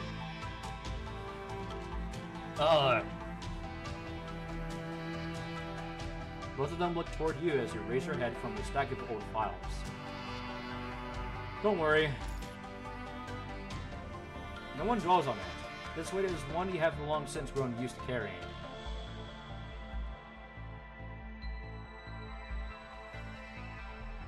How long until we're ready to move? Lee glances up. Hovering over the desk, the terminal production pulses with streams of data starting and leaking out of rapid cascades. The new frame still needs a few more calibration tasks. Once they verify the last few parameters, we can head to the shipyard and link up with the others. Okay, let's do exactly that.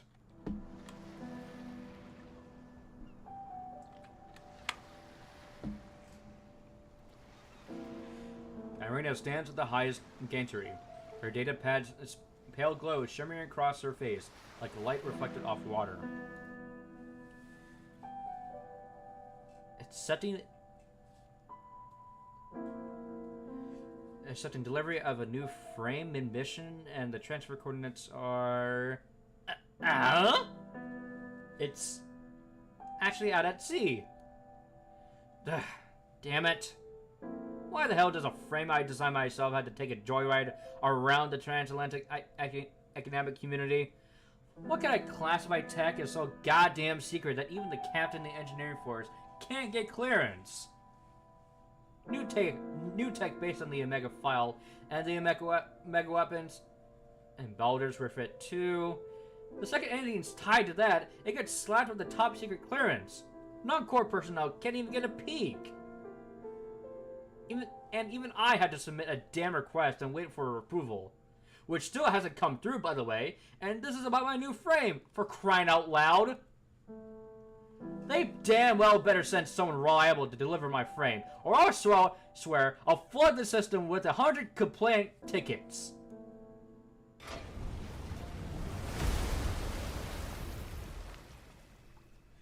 The ship sinks into the dock as the outer gates yawn wide.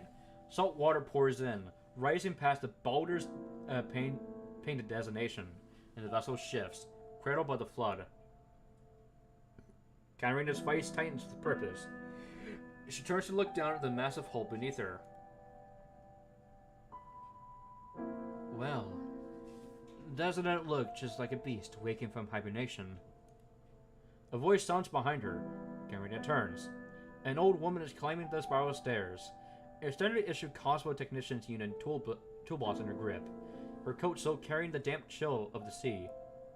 Her eyes are bright, fixed on Katarina with a smile that holds the fondness and pride of grandmother. Katarina feels a prickle of unease under that gaze.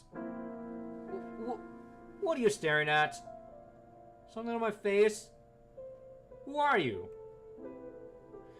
Mara shakes her head, still smiling. She mounts the last step of the spiral stair. It shakes out the coat from her arm and drapes it softly over Katarina's shoulders. You've been up here for a while, haven't you? Finished the report? Are you cold? The woman leaves Katarina's question unanswered. The coat rests on her shoulders, with a gentleness she cannot easily define. Affection from a maternal figure is a rarity in Katarina's life. Cold? As if this temperature could even... She catches herself, senses if she would be more courteous, and awkwardly reroutes her words mid-delivery. What I mean is, I am a construct. Temperature like this doesn't exactly bother me. The old woman says nothing. She only lifts a hand and smooths the hair back from Katarina's forehead. The touch light and full of care. Hell is happening right now. Karina's inner device shudders sharply. She stands paralyzed, caught off guard with a sudden wave of maternal affection from a mysterious elder. Just because the cold can't hurt you doesn't mean you can't feel it, right? Karina opens her mouth, but nothing comes out. What is she on about? Talking in riddles? Have you finished verifying the data of the fiber optic nodes? I already went through all of it. Karina finds her voice back at last, only to furrow her brow a moment later, eyeing Morrow with sharp suspicion. Wait a second. Who even are you? Cosmos Technicians Union. My name is Mara. Head of troubleshooting at Fenrir, the southern node. Karina knows the name for the Cosmos Technicians Union in internal records, but she has never had any contact with a supposedly remarkable technician in her life. Karania. She squares her shoulders, pretending it is the most casual movement in the world. Captain of Babylonia's engineering force. I know you.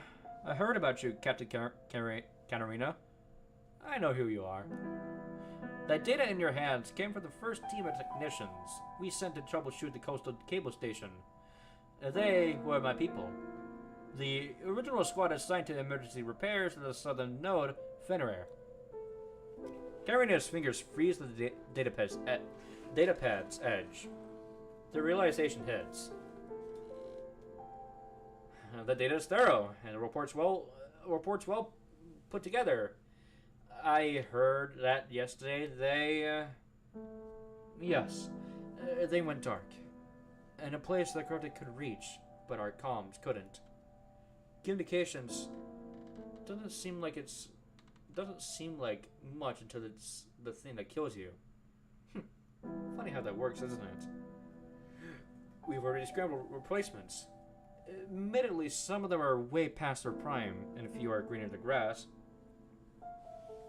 But the work doesn't care. Somebody's got to do it.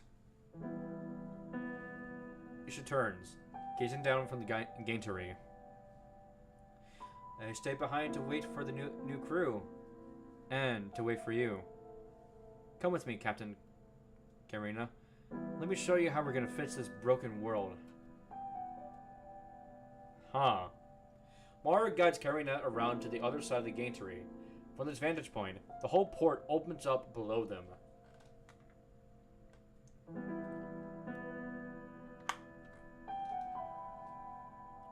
A handful of ships rest their moorings nearby. Nothing like the massive Balder. They're leaner, quicker. The hull still is scarred with the rough marks of emergency modification. Cable-line ships retrofitted from escort vessels? That's right. You've done your homework. Karina's brow creases a little. As captain of the engineering force, she cannot recall the last time anyone praised her work like a child's school assignment. Damn it. She's treating me like some kind of rookie. Her chin lifts with a retort on her lips, yet something in those gentle, time-worn eyes makes her look away. It's not a big deal. My real skills are way beyond this stuff. Mara laughs again, soft and fond. At the grumbling response, Karina mutters under her breath. We need to finish calibrating these cable layers before the tide turns. After that, we head out and restore the Atlantic fiber optic network. She pauses, as if assembling the right words. The wind lifts her hair and draws it across the lines of her face. When the punching virus first broke out, its corruption trait tore through the quantum fiber optic network. That system was built on the most advanced AI humanity had, and the virus devoured it. But the atmospheric circulation patterns brought us more time over the oceans. The undersea fiber optic network, especially with the Atlantic systems, survived relatively intact.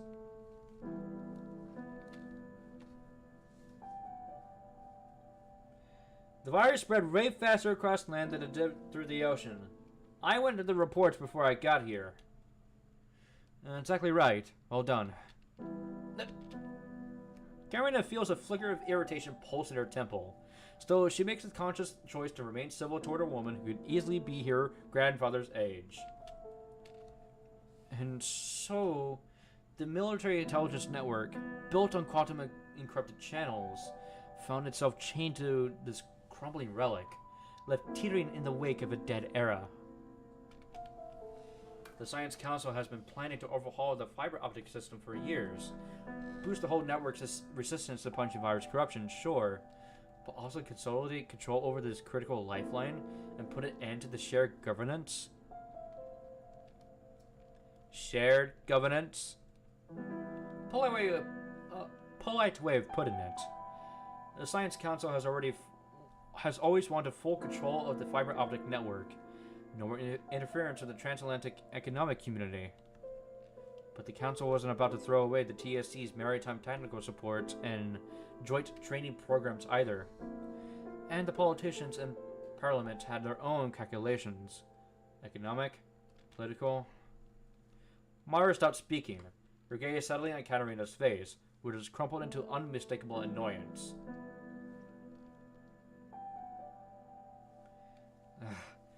Why can't any of this just be simple? Like an engineering problem. All this damn maneuvering really annoys me.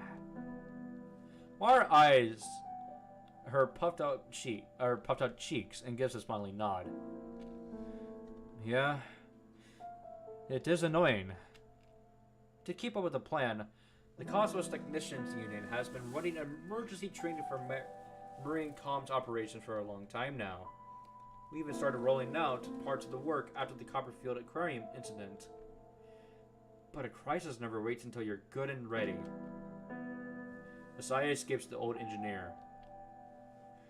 Beyond the standard fiber lines, the worst damage from the red tide hit the quantum repeaters along the deep sea cables in the Atlantic.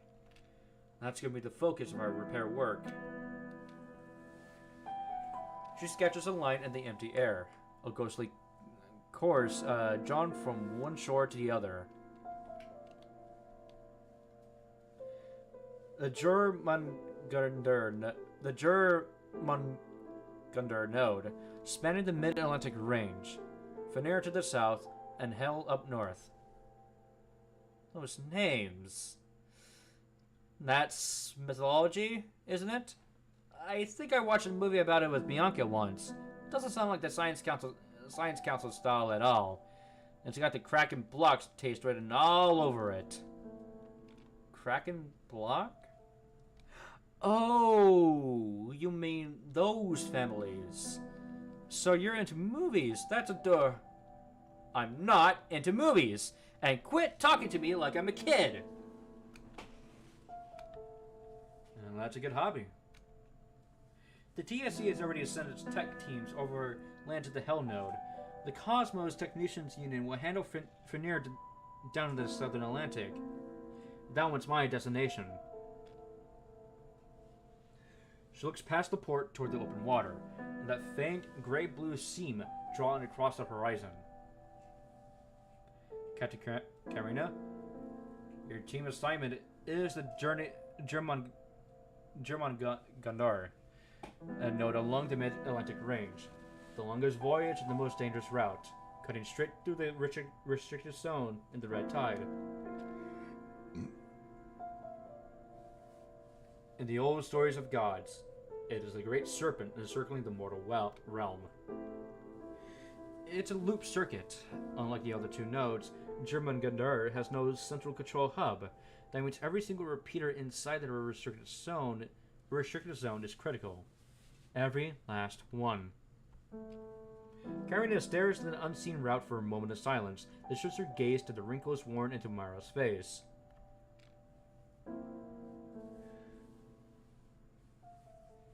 You're human, aren't you? No augments, no body mods. A mission like this could get you killed. Mara offers no denial. Her expression holds its peace. Calm's barely hanging on right now. The investigation into the Atlantic Eye's red tide overflow has already siphoned off most of our contract support. The personnel left for the subsea cable repairs were spread thin. When we're staffing this cable laying operation, there's only one question that matters.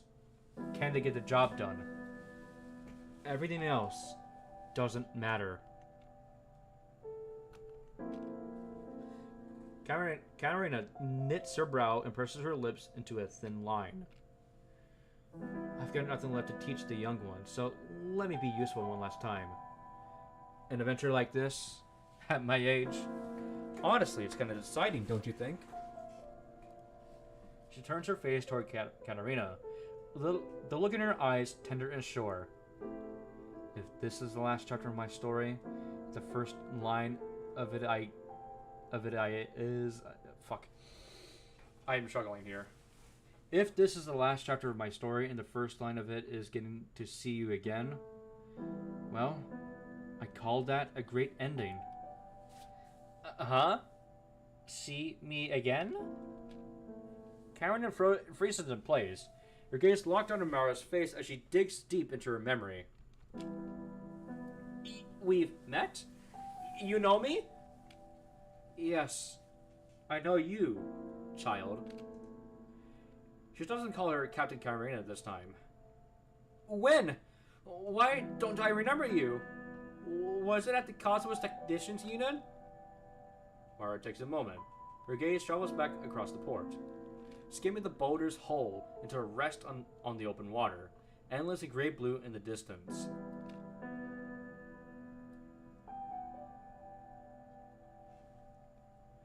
The boulder's construction started way back in the Golden Age. Even settling on a name took forever. In the end, it inherited its designation from the first warship that went down in the Atlantic during the Punishing Virus outbreak.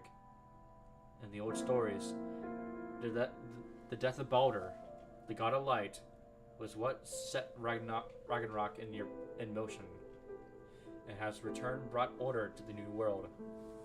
Karina, you and your people are the hope of that new world. The sea wind slips between them, thick with the smell of salt or rust. The Atlantic. I thought I'd never come back here. Come on, child. We got a lot of work to do. The rest, I'll tell you when I get back. Alright?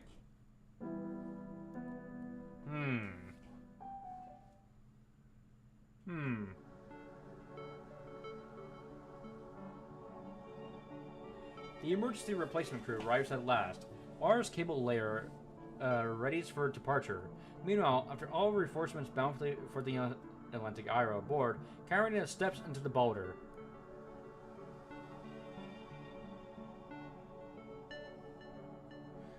Have to pick up the new frame mid-voyage? Coordinates? What a pain. I already ran through every damn adaptation procedure. Readings crowd the console. Speed, heading, thrust, hull pressure. Karina assesses the drive system interface, and at the stern end of the vessel diagram, a green indicator blinks steadily. Status clear.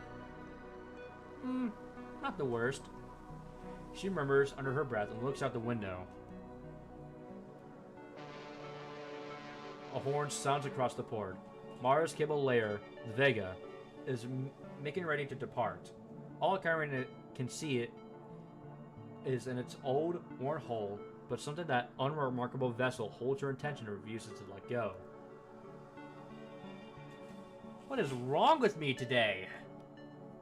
She shakes off the thought and works her way through the dials buttons. Knob resistance feels decent.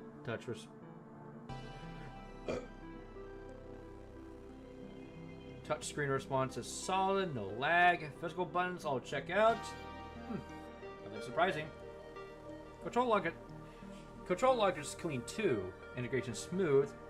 Where's this ugly code I was warned about? Works just fine if you ask me. Teddy is so damn picky. Her gaze strays once more to the window, and this time she stands up. Mara's cable layer is moving out. The sea churns around the hull, a white skirt of foam unfurling behind the stern as the vessel heads towards the South Atlantic.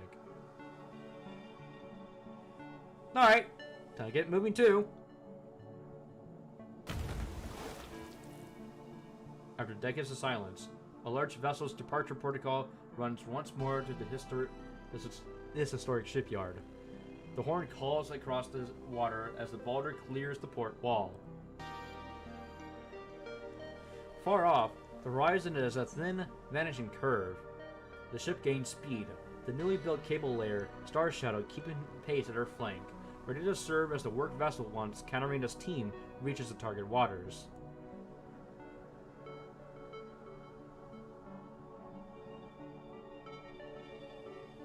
Oh my god. Yeah, this is my last one, water.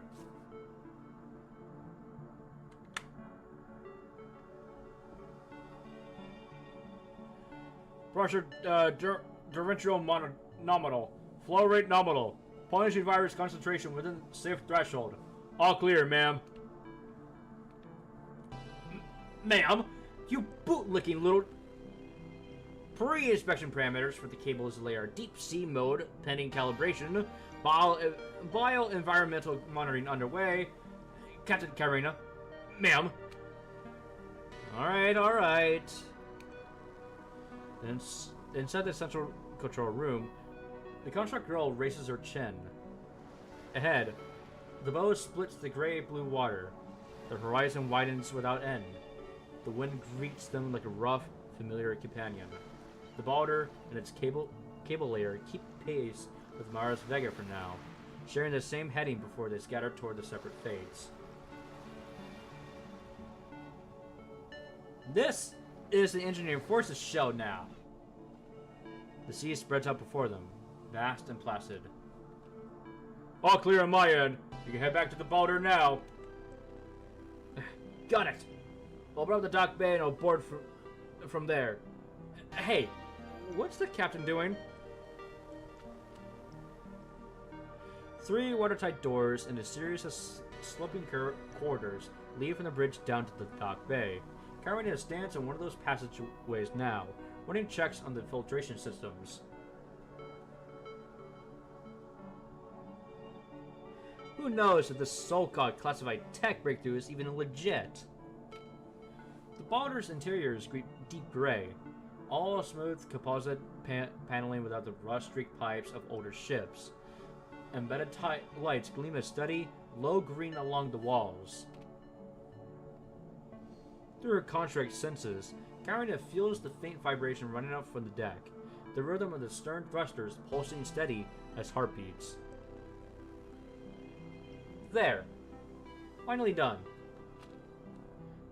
By the time the methodical checks are done, time has slipped by without notice, and at the far end of the corridor, a dim glow has appeared.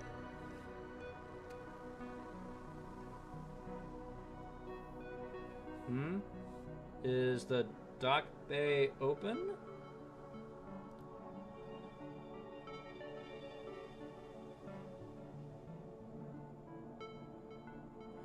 Chatter drifts in from the dock bay. The contract girl straightens her hair. Rumble from the long work session moves toward the noise.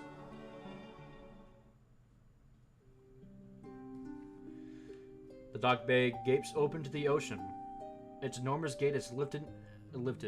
Light and wind. Wind and the sea's gray-blue hue spill inside, thick with the smell of salt and open water. Man stands before the vastness. Oh, it's him. His back to the room, his engineering coat, once TSC standard issue, has been scored pale by years of sea and sun. He appears middle-aged, but his body carries a deeper wear, and odor sickness. Only his eyes are undimmed, shining cold and clear like thin ice over shallows.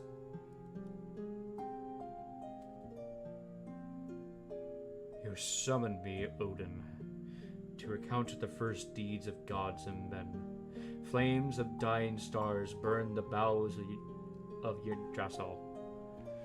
Okay, alright. What's that quote from? Summoned.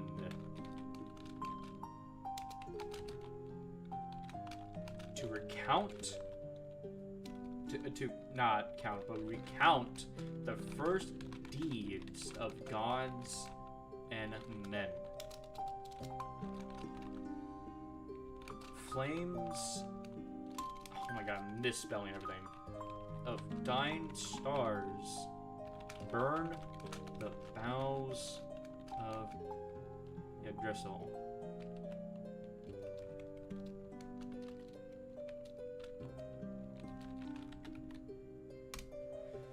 Okay, where this is from.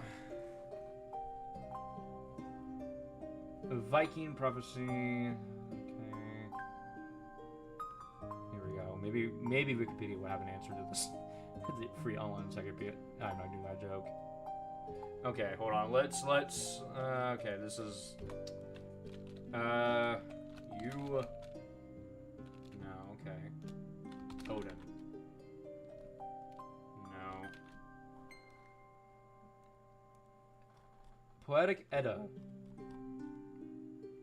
is a modern name for an untitled collection of Old Norse anonymous narrative poems and alternative verses, known as Eddic poems. Huh? Okay.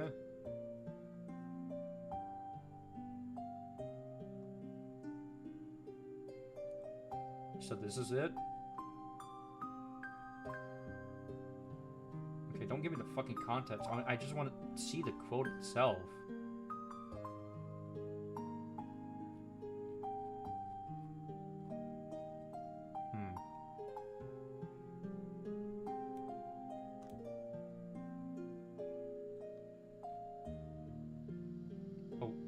No? Yeah, no. This one just explains like what the themes are. I just want to see like where it came from, but from it, but what it looks like, it comes from a Norse ode poem. According to AI. Yeah, no, I'm not using that one. Fuck that.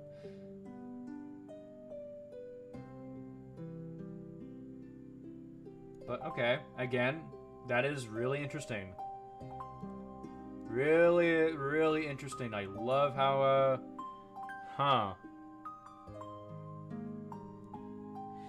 This recitation is slow and ancient.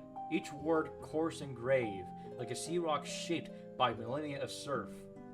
Anyone trained in poetry and linguistics would recognize it as Old Norse, a language no longer spoken anywhere. Yeah, okay. At the doors of hell, Fenrir let forth his hell. Thus begins all. At the doors of hell, Fenrir let forth his howl. Thus began all things, with the monstrous wolf who slipped his fetters and ran free. Two technicians from the engineering force are busy with something in the corner. At the sound of the recitation, they move closer without thinking. What is he doing? No idea. Some kind of transatlantic ritual? Wait! Is he the marine engineer TSC sent? That Larson guy? Two rookies on their first deployment are clearly still unaware on the unspoken social rule that whispering about someone requires actually whispering. Larson pivots toward them, resigned. Sir! The technicians stiffen and fire off a salute before even thinking. Hello, I'm Larson, an engineer from the Transatlantic Economic Community. That wasn't some kind of ritual back there. Just An old poem from my homeland. It's about a prophecy of the sea, voyages, and how the survivors of Ragnarok would build a new world. I have a soft spot for poetry. Oh! I see. Sava's head pumps up and down as if his life depends on it. Ragnarok. Yeah. Totally not a religious thing. The one with the impossibly long name leans in to whisper to his companion, only to receive a swift, merciless elbow to the ribs in return. Ow! So, what are you doing? Fishing! Ow! A second elbow jab lands. The guy with the long name turns to Sava, bewildered. I'm not gonna take the effort to pronounce that. The look on his companion's faces, however, says everything. You're done for. It follows the frozen stairs and finds Captain Katarina already in the dock bay, watching. So, what are you doing? The captain, not to be trifled with, pins them under a glare that spells pure trouble. We're running environmental checks, Captain Katarina. There's this artificial creature created by the TSC called Huehue. Hoho. They're really sensitive to environmental shifts, more sensitive than monitoring gear, actually. Their survival numbers are in a given area make for a solid early bio-indicator. Katarina's gaze sweeps over the gear at their side. The complete set of monitoring tools and bio-controlling equipment proves the story checks out. Yeah, boss, we're fishing for hoo-hoo. How many so far? The two technicians trade a look.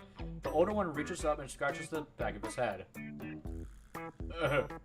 Well, if we get this one, and then 2 more, that will be 3. A few seconds of silence pass. Larson cranes his neck and takes into the holding tank, which contains absolutely nothing. So, you haven't caught a single one. Like, it hasn't been that long, okay? We're just trying to loosen up a little before we hit the mission zone. Everyone's been on edge. Besides, catching fish is like the least important part of fishing. It's about the experience.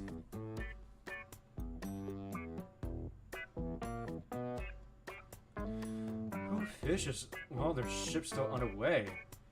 First time out? You wait until you're anchored.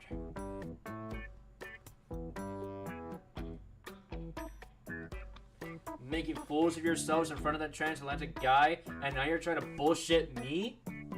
You're dead. Captain! We really haven't spotted a single who in these waters, which is actually kind of weird now that I think about it. Captain, that's my arm you're grabbing! That's my arm!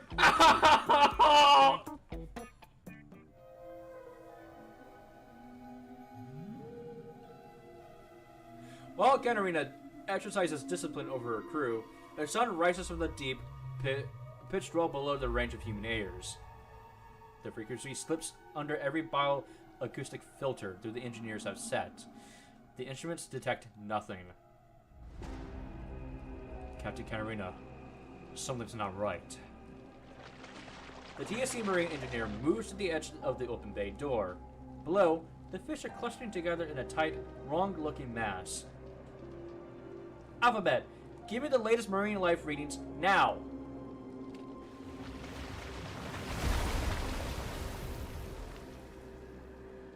The school condenses into a writhing carpet of silver, fish sleeping and crashing back in endless turmoil. The noise of it fills the air like a rain squall hitting open water. What the hell? It's not even raining out. Flying fish bursts in the water, arcs over the bay door, and hits the deck with a wet slap. It lands not 20 centimeters from Katarina's feet. its pectoral fins spread wide like tear-sheer wings, gills pumping in frantic shallow flutters. The foreboding swells, cold and certain, and Katarina whips her head toward the horizon. The whale cries out across the water. A vast shape heaves upward where the sky meets the sea, and something deep in her memory brushes softly against the present. What? What is that? Gravity strips the water from its colossal frame. The clear droplets shimmer in the sun for a single bright moment, and then shift to a deep, ominous crimson. The creature hangs in the air only a heartbeat longer, then tilts and slants back into the ocean. The white wall with spray stains red almost before it can rise. A humpback. Wet, torn flesh and corroded copper bonework knit together into a shape out of nightmare, and its body is threaded through with swollen, twisting veins like parasitic roots. Calling it a humpback whale feels wrong. Its irises and pupils are gone, swallowed by an abyssal blackness, leaving behind two hollowed sockets that burn with a dim, pulsing red. No! That thing's been reshaped by the red tide! The whale call pierces the air once more, a twisted echo of the humpback's deep and graceful song, but there's no beauty in it, only undiluted pain. Farther out, more shapes break the horizon, rising together from every direction. The red backs from a ragged curve against the water, strung like a necklace of dark, blooded pearls. Oh, God. There's more than one of these monsters. His voice is drowned out by the shriek of the punishing virus alarm. The base ceiling erupts in flashing red, the warning lights whirling and pulsing with frantic, manic energy. Captain! Requesting permission to engage! He rises fast, his features setting into hard lines. Captain Katarina? Captain! What's wrong?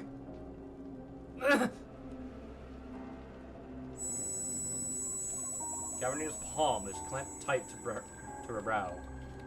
Something has bypassed every defense, exploding in an unguarded corner deep inside her mind. Or maybe it has always been there. The whale calls crash through her consciousness, each reverberation a new spike of pain. Damn it! If this keeps up, my mind, the deviation, I'm gonna... The frequency scrapes through her mind like a needle dragged raw across glass, like every vibration is sickening and wrong.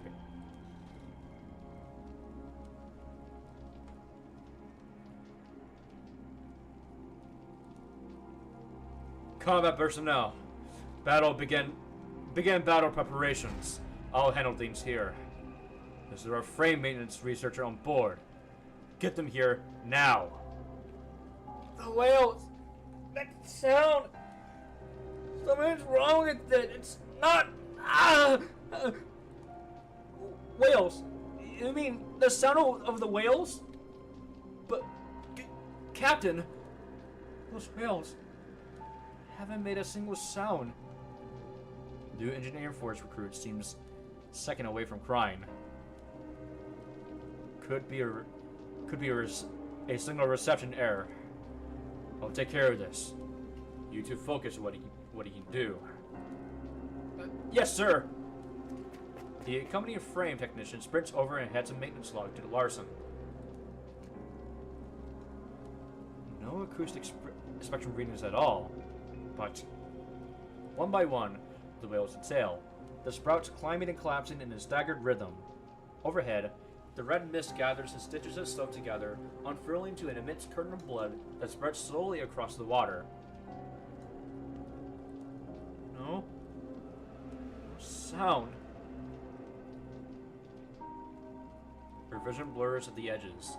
Everyone surges toward her, hands gripping her arms to hold her up. She shoves the nearest hand away and immediately lurches sideways.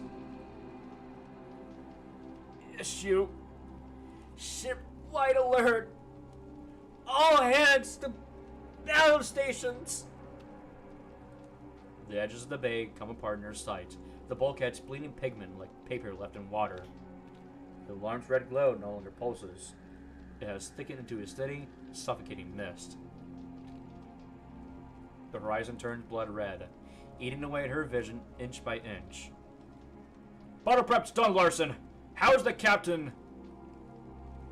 Captain, the Vega just sent a distress call over short wave. They're trapped in the middle of the pod.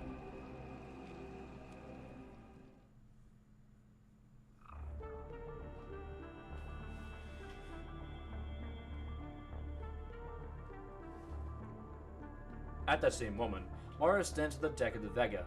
This ship was built to face two enemies and two only, Brutal Weather and Hannah Reeves.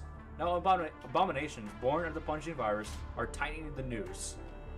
She releases a slow breath. This kind of loss was always a possibility. Even if she falls here, other teams on other routes will push on toward the southern node. The real concern sits not far away. Okay, I'm gonna get some water, so I'll be right back. Ah.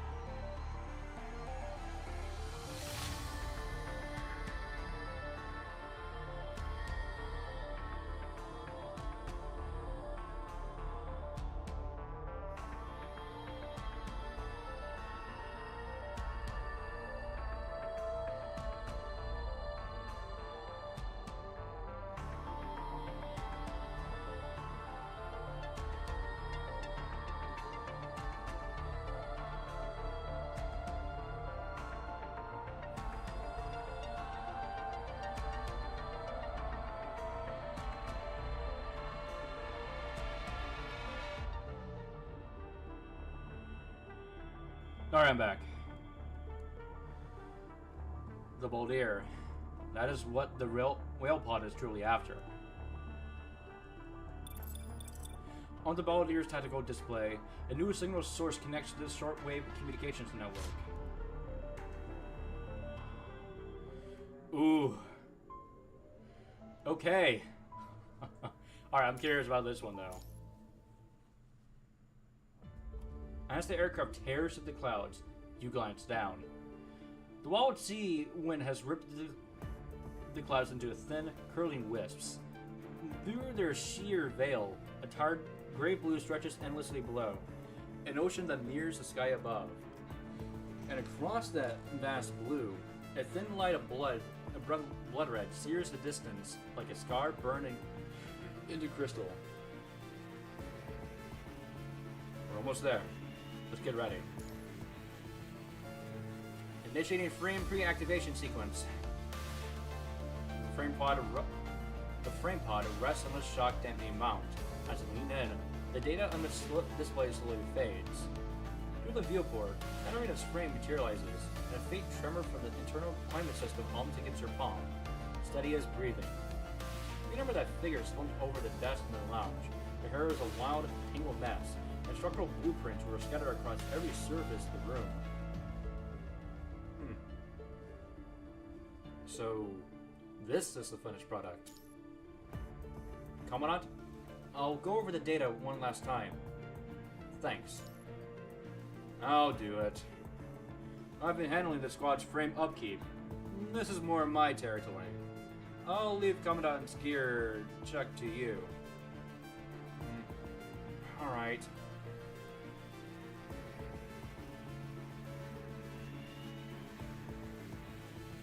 The craft angles downward, tilting just enough for the sea below to come into focus. The construct's vision pulls every surging crest into vivid relief. Below, a savage engagement tears through the water, gunfire kicking up crimson walls of foam. The whale's spines drift in and out of the red tinting haze. Mountain after mountain of bone and flesh coming off the Vega's route. Suppression fire alone keeps them from surging forward. That's the Beldier's guns. On the Beldier's deck, Katarina presses a hand hard against her temple, her mind seething. Every word costs her more processing power than it should, dragged out through the pain. Keep up! Suppress the fire! Oh! Let them push me closer to powder!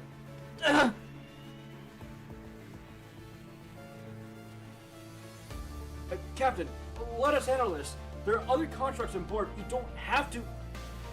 I'm fine. Damn it. What the hell is going on with my mind? Emergency frame switch protocol initiated. ETA 2 minutes.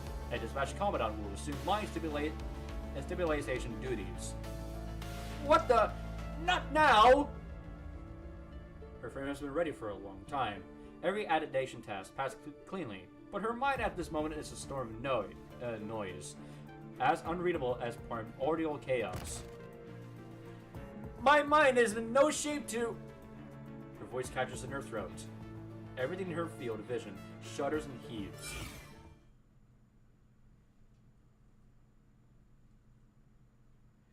Then a familiar mind beacon lights up inside her mind, like the first navigation light blazing across a black sea, anchoring every sense of direction she lost. It's... you! The agony has pushed her mind to the edge of breaking.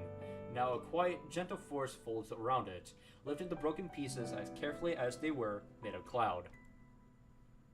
Katarina, it's been a while. You're not feeling well? Once the connection locks into place, her mind at last begins to stabilize. The shattered edges draw together, healing inch by slow inch. Frame pre-activation sequence underway. Estimation completed. 5 minutes. It's nothing. Just some minor hiccups. Nothing I can't deal with myself.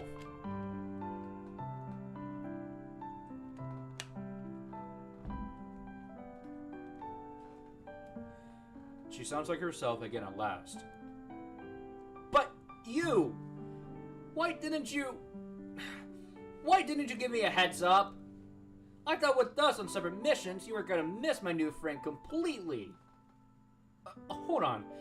If you're the one handling the delivery, that means while I was not there, you already saw my new frame that I spent forever designing! The contract girl's face rounds into a puffed scowl. Uh-oh. Uh-oh. I have a bad feeling where this is going. Across the Mayan connection, a flustered data stream contorts itself into something resembling a pretzel. Is Is there a problem? Is there a problem? That was supposed to be another first meeting between this version of me and you. Wait, no, that's not what it's the reaction, the praise. Who's gonna give me back my moment? Pre-activation's almost done. There are other people with you? Boss, it's everyone's mission. Leave by being here kind of tracks. maybe try taking a breath first.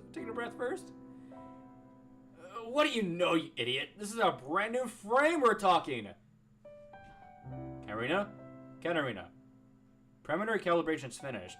You're clear for the switch once pre-activation wraps up. I'm all set. I can provide support. The moment the familiar voice sounds, Katarina's face goes completely still. What? Lucia, why are you here too? Huh? This is Raven's mission, so here I am. No, sometimes the secret to world peace is really simple. Everyone just shuts up. But hey, look at the bright side. Stacking a few rage buffs before a fight, well, that's just free stats.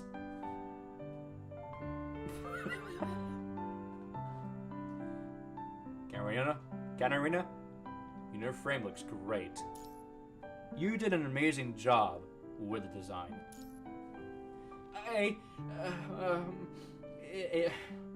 It's not like I was fishing for compliments or anything.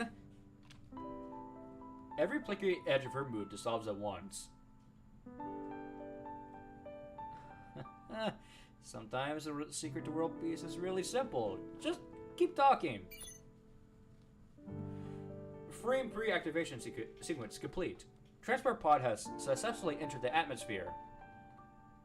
Katarina, whatever sync. Severing sensory input. Entering short-term hibernation. Estimated duration.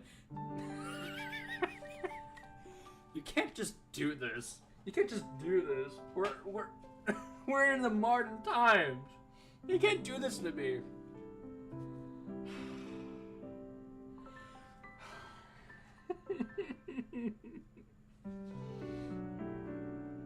Sit 7 seconds. Alright, I'm done.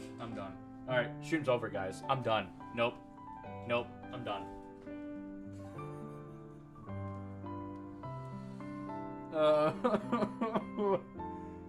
And people are gonna be watching this as well and be like, what the fuck is wrong with this guy? There are a million things wrong with me, but fuck.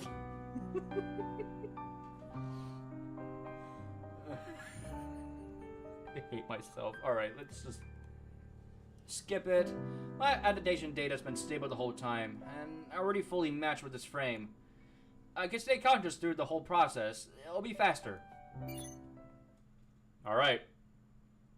Please enter the activation parameter. Authorization successful. Starting consciousness transfer. Please refrain from interrupting the connection during consciousness transfer. Upload. Okay, starting. Come on. Ooh.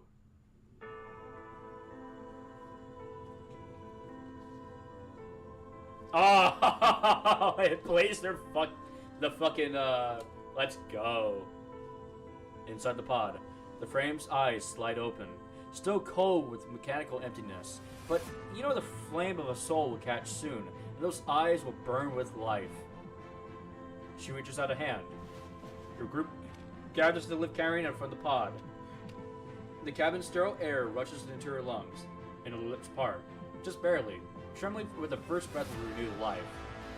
Frigid wind pours to the aircraft's open hatch. The frame's hands rest in yours, and the metal coldness is already fading. After the soul inside has awakened, living warmth will soon flood back into this body, indistinguishable from flesh and blood. Katarina, time to wake up. frame cocks her head at you. Through the mind connection, you feel a bright spark, prickling and scorching, hurtling upward along a towering beam of light like a wildfire racing up an ancient tree. Before you, the frame's eyes stir with life.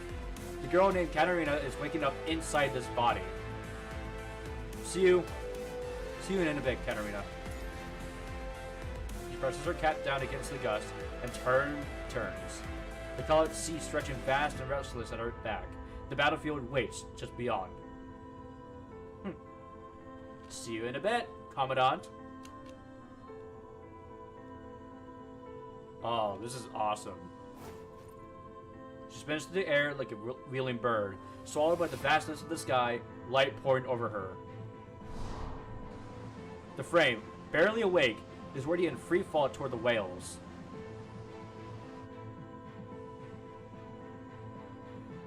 Lucia, Lee, get ready for cover fire and support. Understood. Inside the Boulder's dock bay, the old frame's senses wash away like color unfurling in the water. For one fleeting instant, Katarina feels certain that if she glances back, they will be there. She is going to experience the entire frame transfer fully conscious, not missing a single second. An emptiness without origin surrounds her, but deep in her consciousness, a beacon holds firm, and she does not lose her way. She rises, climbing through the vast ocean and the endless sky, back toward the place she belongs.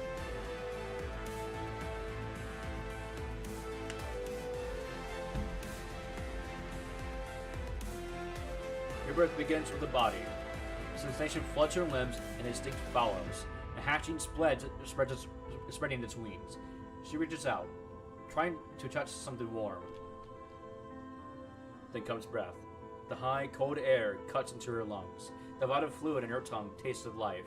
That person's warmth lingers on her skin, and her own body rises to meet it, heat rekindling like an answer. Then comes sound. That voice lights a spark deep inside her. Great trees surges skyward. Waves roar forward, and her single speck of starlight catches, blazing into a wildfire that swallows the heavens. Finally, light arrives. In the very first instant of her becoming, a gaze finds her. The Commandant's eyes are on her.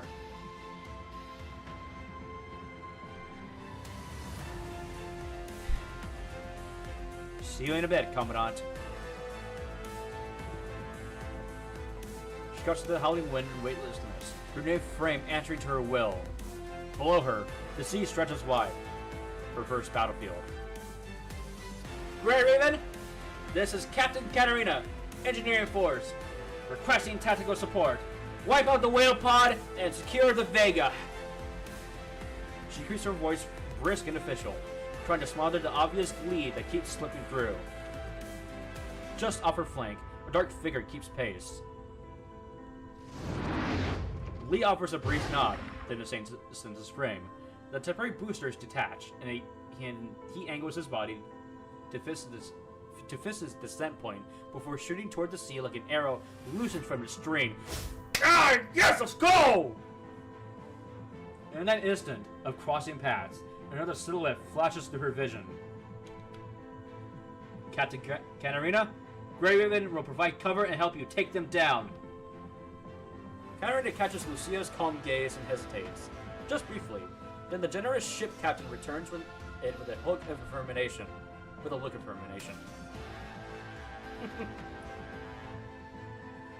Not every day we get to fight together. Try not to slow me down. The great anchor hits the water. Alright. Time for some percussive maintenance. Okay. A little over 10 minutes pass. Katarina slams her anchor deep into the skull of the final whale. The bone and sinew cave inward, and a geyser of blood red fluid erupts from the wreckage. Expressionless, she sidesteps the spray and rips the anchor loose. First fight's done. Katarina nudges her cap back into place. The faintest curve lifting her lips. She glances over at the Vega.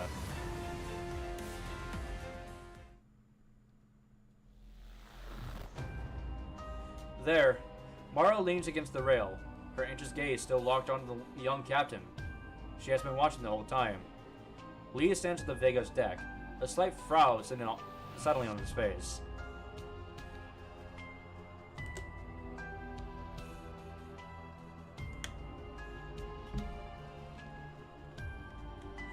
These themes rode in with the red tide, but they don't match any known hetero creature patterns. New ascended creations?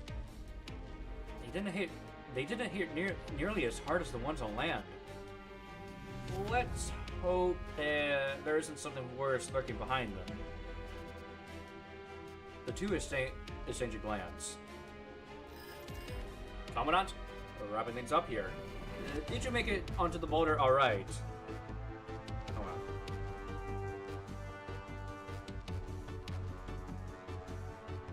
Are we on board? One by one, the whales slipped beneath the surface, a red foam thrashing it into the vast clear blue waters. The ocean takes the crimson in, yet it does not dissolve. It lingers, undigested. The sea is getting devoured!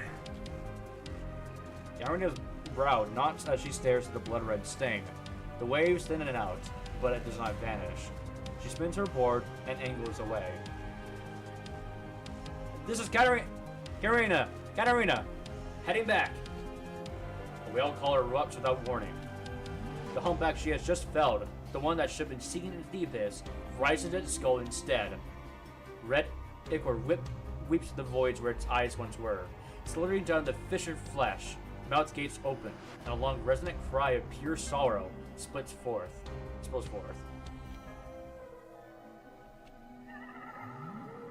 It does not travel through air or sea. The sound reverberates straight into Katarina's mind, and the pain surges back with it, threatening to consume her consciousness whole. Rin rushes by her, and then, without warning, the air loses its bloody, briny tang. A strange sensation ringles through her mind. Katarina locks up and runs an immediate check of her sensory input and data acquisition modules. The diagnostic flags nothing. But even as the values hold steady, the road before her, her eyes is graying out, color draining fast. Her vision is going. My senses are cutting out. Light's warmth drains away. The wind's flow thins to nothing. Even the pain grows distant. The only sensation left is a cold, clenching pressure that grips her heart. She is being stripped, layer by layer, and locked inside a glass cage, amid the rising tide of whale calls. The Commandant's mind beacon pulses. It's so close she can almost touch it, yet impossibly far, as it belongs to another world. Katarina! She does not answer. She cannot answer.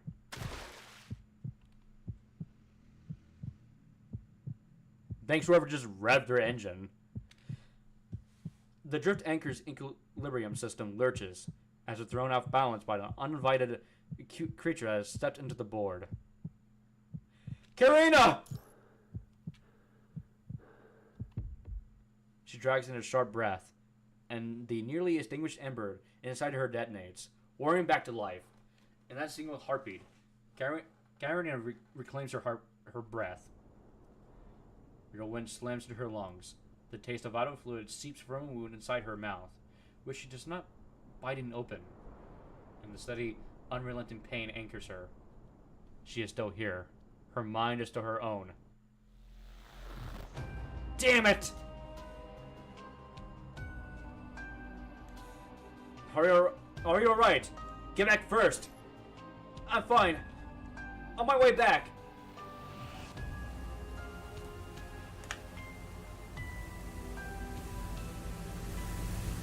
Thruster blasts a white skirt of foam across the water. The small mechanical claw hooks silently into the surfboard's edge, and then disappears in the net surge of rolling waves.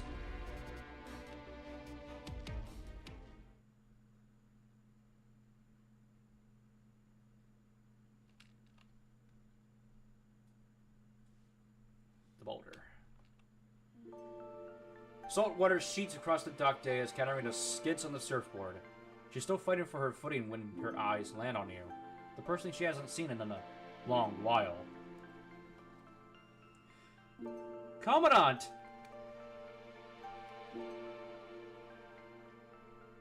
Her gaze drifts past your shoulder. A carnivorous emptiness fills the dock bay, broken only by the two new faces from her cable line crew and Larson, the marine engineer sent by the Transatlantic Economic Community. Where are Lucia and Lee? They should have gotten back before me. Still finding out there. Are you okay? Please. I can handle myself. Check in the Vega first.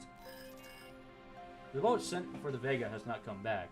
Katarina's golden eyes carry a subtle edge of worry until Lucia's voice finally cuts through the comms channel. One moment.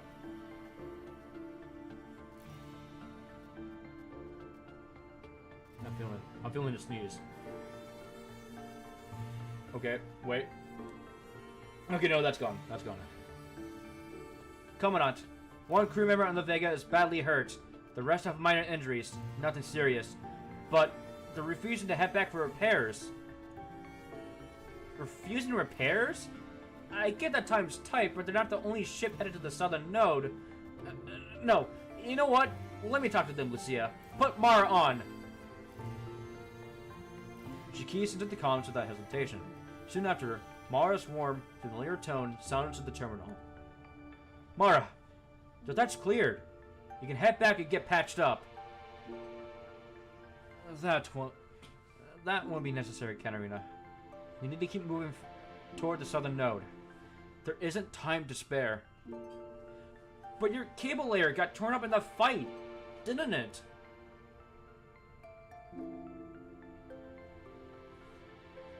Katarina's words are still half-formed when Mara interrupts. Her tone is soft, but leaving no room for debate.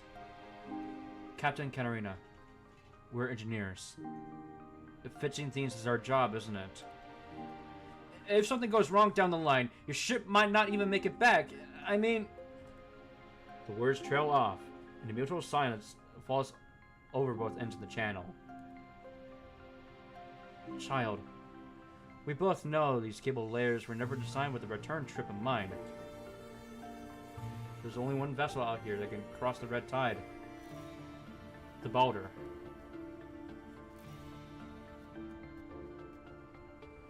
Most of the anti-punishing fire systems on these ships are barely prototypes. No guarantee of how long they'll hold. Whenever we make it back, that's not something we can afford to dwell on. Then at least one more check first. Exhaust every option you got. You're an engineer. You know that inspections... Katarina? That gentle tone reaches her like fingertips brushing lightly across her forehead. I've thought it through. I lived through the good days, back when everyone believed there wasn't a hurdle we couldn't clear. No problem too tangled to work out. Life kept moving forward, and hard work paid off. It felt like things would only ever get better. Through the comm, the girl's quiet breathing whispers against her ear. Mara shuts her eyes and listens, imagining how Katarina grew, step by step, into the person on the other end of the line. But she herself is old now, worn thin and a little weary of the world. I don't know what's coming. I don't know if I'll make it. What I do know is that I'm sick of waiting in place. Time has walked a long road through me, long enough for the whole world to turn itself inside out, and all I could do, year after year, was say goodbye. My mentors, my colleagues, my students, and sit in an empty office and wait for their obituaries to show up. It's not about winning. It's not about hope. I just need to do something, that's all. Listen to me. Still sounds a little noble, doesn't it? But the truth is, I really can't stand those noble people. Whatever you can't handle, I'll pick up the slack. Everyone here can do something. You're not facing this by yourself. Then just tell yourself I got tired. That I wanted to run away. Away from a world gone barren. Where I've got nothing left to give. Her voice sounds as gentle as ever. That's not true! Someone who wanted to run would never make a choice like this. You're the one who said it, remember? This is like an exciting adventure. I did say that. My heart's racing like I'm young again. All because of this adventure. I wanted to leave you with a good impression. I didn't want to make you unhappy. Not again. Me? Unhappy? Katarina. I was part of your construct modification experiment. The warmth drains from her voice. You were what Dr. Callan left behind. I had to save you. Or maybe saving you was the only way I could save myself back then. I heard you were not very happy afterward. Not very happy. I'm making it sound so small, aren't I? I'm sorry. For everything we did without ever asking how you felt. Looking back now, I think that was the first time I ran away. Right in front of young Weiss, too. Katarina dips her head just enough for the cat brim to shatter her eyes. Across the rolling sea, deep swell of years, she glances back at the person she once was. Really? I don't remember any of that. You old folks seriously overthink everything. I never blamed you. And I don't hate you. I'm all grown up now, alright? Even I totally didn't get it when I was younger. It probably only bugged me for like a tiny bit. I'm sure I got over it fast. Really fast. I know. You've grown up. Call it an adventure or call it running away. Either way, Katarina. I can't stay frozen in place forever. It's time I got moving. A small boat carries two Grey Raven members back to the Baldur. Soon after, the Vega blows her horn in parting and resumes her course. In the dock bay, Katarina remains rooted in the salt wind, watching the sea until the Vega becomes a blur, then a fleck, then nothing at all against the gray horizon.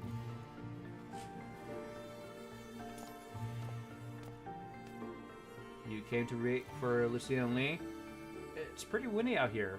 Go wait in the crew quarters are up on the bridge. They'll come find you the second they're back. Katarina cocks her head, eventually her tone into something more, something approaching casual indifference. I'm fine waiting right here. This way I can see them for the moment they arrive. What is this, a school pickup? I'm not that sappy. I'm out of here. She pivots with her chin raised, boots heels striking the deck in clean, sharp beats. Then she halts. You know what? Forget it.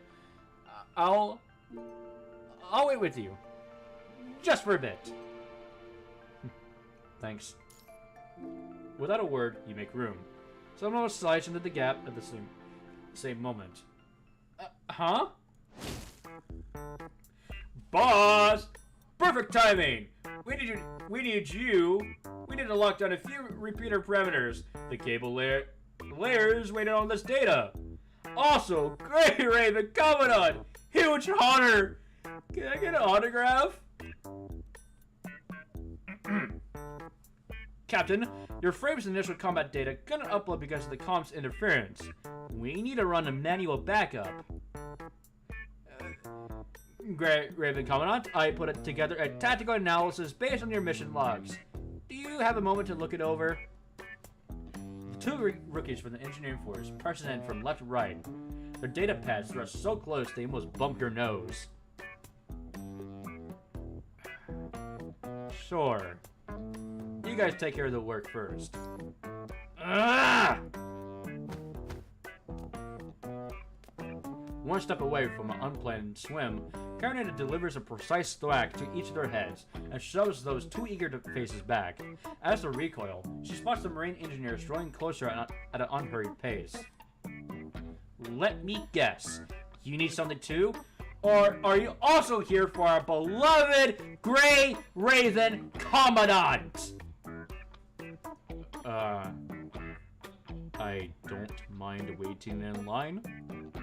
Though, Captain Karina, looks like your surfboard brought something back from the sea. Something that doesn't belong in the ship. The engineer's worried eyes guide every gaze toward the surfboard. It still hasn't reverted to its anchor form. Seawater trailing in slow drips from its edges. Nearby, where the light bleeds into shadow, a potted biosphere sits atop its metal stand, glowing dimly in the half-dark. Whoa! Oh. Feeling the way that every gaze lands on it at once, the potted plant's metal base sprouts several tiny articulated claws. Uh-oh. Like a tiny animal busted mid-snack, the little potted plant fills its four mechanical claws and bolts across the deck in pure, undignified panic. Grab it!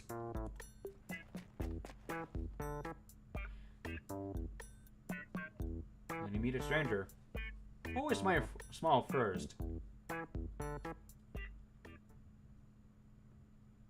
Oh my god, we're done. 20 minutes later, holy shit, how long is this node? With Lucia and Lee safely back on board, the group gathers around the bridge's small tactical table. Preliminary assessment shows no threat. A deep scan should take under 2 minutes. Karina cocks her head and hoists one of the tiny mechanical claws upside down, lifting it until it dangles right at eye level.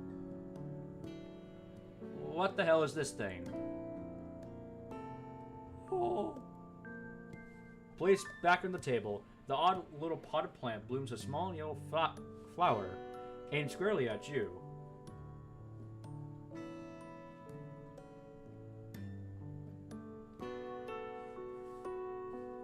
Plant the stars, sail the seas, and always find your way. Your potted plant, know your precision navigator. Lair mechanics, wherever you're headed.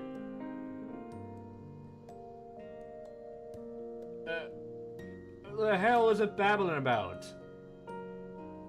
Advertisement. This is a mechanical potted plant. Maritime workers used to use them to grow whatever plants they liked. One of Lear Mechanics' more popular consumer products some 30 years back. It runs its own ads? Smart hustle. Well, the broadcast feature was likely added by the owner. The internals are simple enough, and so do the expansion ports. Engineers back in the day loved customizing these things. Which means it wouldn't be too hard. Which means it wouldn't be hard to add something dangerous either. Lucia adjusts her stance by a fraction, ensuring that you, behind her, stay well within her guard. Then let's just crack it open and find out. Move! Wait!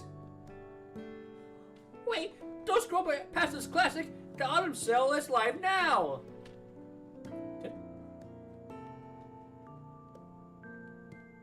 Did I just tell us to wait? Am I hearing that right? This thing's really where? Arctic cod, the nutritionist your table deserves. Tender, flaky, and loaded with protein. Deliciously good for you! Dog's man best friend. Okay, those are all ad lines, but yeah, that's begging. It's probably just trying to say that's useful and harmless. So, like I said, totally begging. The deep scan's clean. No threats detected. Lee shoots his eyes across the room before his gaze comes to rest on you. Something wrong? His intelligence reads pretty high, but it shouldn't be an awakened machine. Machines with this many expansion ports don't usually ship with advanced AI. That's what's so weird about it! Way too much strange crap floating around out here. Let me just crack it open and check. Her talent for machinery is something close to divine. With nothing more than her fingertips and raw intuition, she homes in on the exact points where disassembling begins. The girl presses her lips thin, a brief uncertainty flickering across her expression.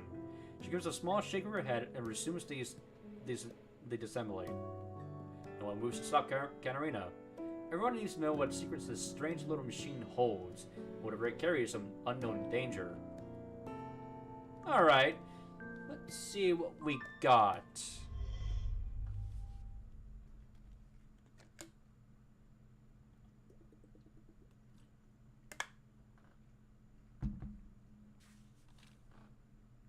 The instant she touches the potted plant's internal mechanism, something cold and mist-like wraps around her consciousness.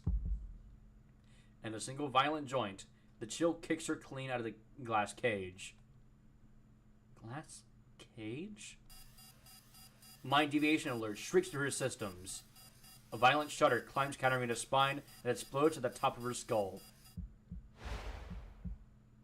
She finds herself in her consciousness space without knowing how she got there.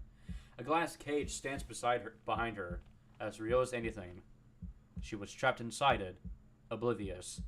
This is still Note 4! Until the chill of the potted plant's touch shocked her awake and kicked her loose. Katarina? What's wrong? What did you do? Eyes fixed at the odd mechanical potted plant, Katarina remembers a sound from the fight. A low thud, as if something had dropped onto her surfboard. You helped me, but why was I... Katarina, what's going on? As the engineering forces vice captain likes to say, Katarina's face might as well be a live feed of her thoughts. Nothing stays hidden there. After she describes the strange anomalies her frame went through, she forces out a defense under the crushing weight of everyone's silent disapproval. I thought it was just a calibration issue. A frame tuning, you know? Stuff I can handle on my own. This doesn't look like a simple tuning issue. Your eyes settle on the deep furrow of Lee's brow. Lee, what do you think?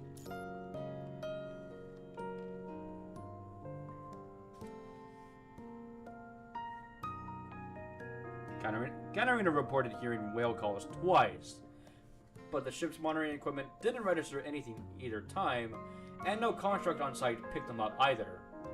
We need to verify whatever these whale calls actually assist before we can figure out what's happening to your frame.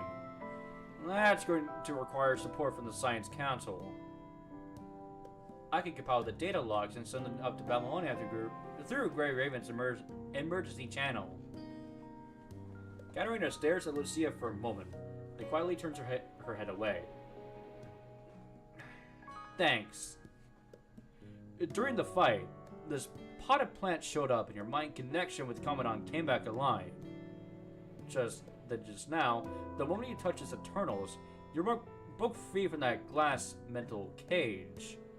Can't say for sure whenever it's dangerous, but keeping it somewhere we can monitor will be the safest play. At least we know, until we know there's an actual casual link. Then let's go with that. Thanks, Lee. Larson examines the now silent potted plant on the table, leaning gradually until the internal structure is fully visible to the naked eye. He retrieves a stereoscopic scanner. I think it's safe. believe it's safe. He indicates a flowing, cursive signature engraved on the inner metal phase. Cordelia. Cordelia. She was a friend of mine.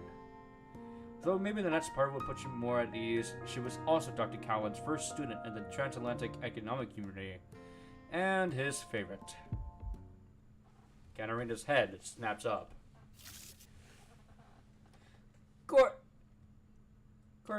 Cordelia. Fuck, I fucked it up so bad. As though a hidden keyword has been tripped, the potted plant, silent and docile all this time, erupts with a bizarre, synthesized chitter of electronic noise. Karenina catches her own name amid the electric noise. Lee was right. This mechanical thing is far more intelligent than anyone would expect. Rihanna. This appears to be the extent of its capabilities. You cannot string together another coherent word. It really is you.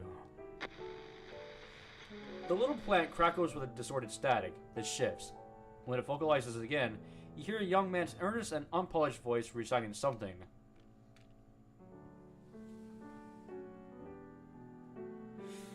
Alright, chat. We're doing another live research, but I'm going to read this first.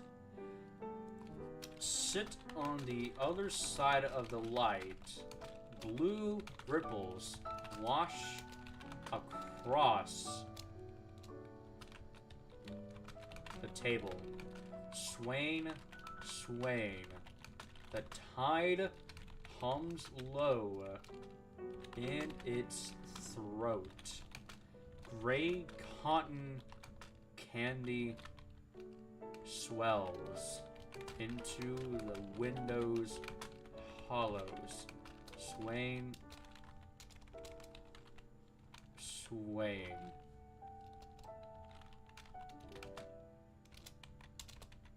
The banana split. Boat melts. Sugar froth. A buttery Sia.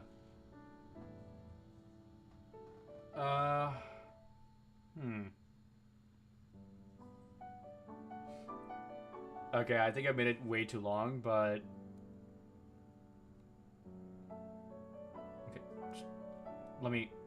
Okay, okay, I can just still look at it. Location, readability, sea lily. Oh wait, I could just... Sit on the other... No matches, okay. Swaying. No. Hold on. Yeah, no. Not the right one then.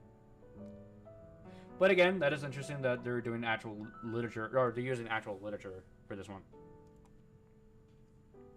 1, then 2 balloons rise. 1, then 2, the clown lets go. They scattered like wind-shredded notes. Plop, plop. Down the spoon, ice cream balls slide into the hidden blue. Plop, plop. Something sinks away. Sugar froth, a sweet dream. Go sit on the other side of the light. A glint of tears rises on Larson's eyes. He jerks his face aside in a hurry. That voice. Is that the engineer? When he was young? Oh, God, that's awful. I really had no business writing poetry back then. You could barely call that a poem. The better curve of this list barely qualifies as a smile. Okay.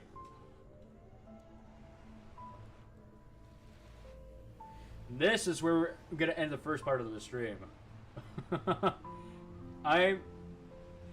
Despite me being into 4 nodes into this chapter, I gotta say, I'm really liking this chapter. It feels like a huge improvement over the chapters that we had previously, especially like during the whole Serafi arc. Because god damn, the beginning of it sucked, and then 10th chapter kind of came through, and it was pretty good. And then Rosetta's, I mean, that one was also pretty bad. I don't know what all afterwards. I think it was Kamwe. Yeah, no. After that, it was Nuratia, which was also good. That one's also good. No problems with that. The Dying Sun was actually pretty good as well. Oncoming Voyage is, I mean, it's mid, but like it's not bad mid. You know what I mean?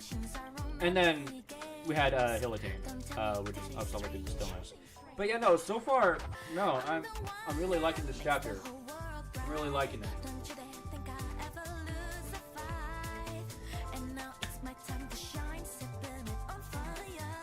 I am interested to see what the past may be and what it's up the green-haired chick and well, everyone else.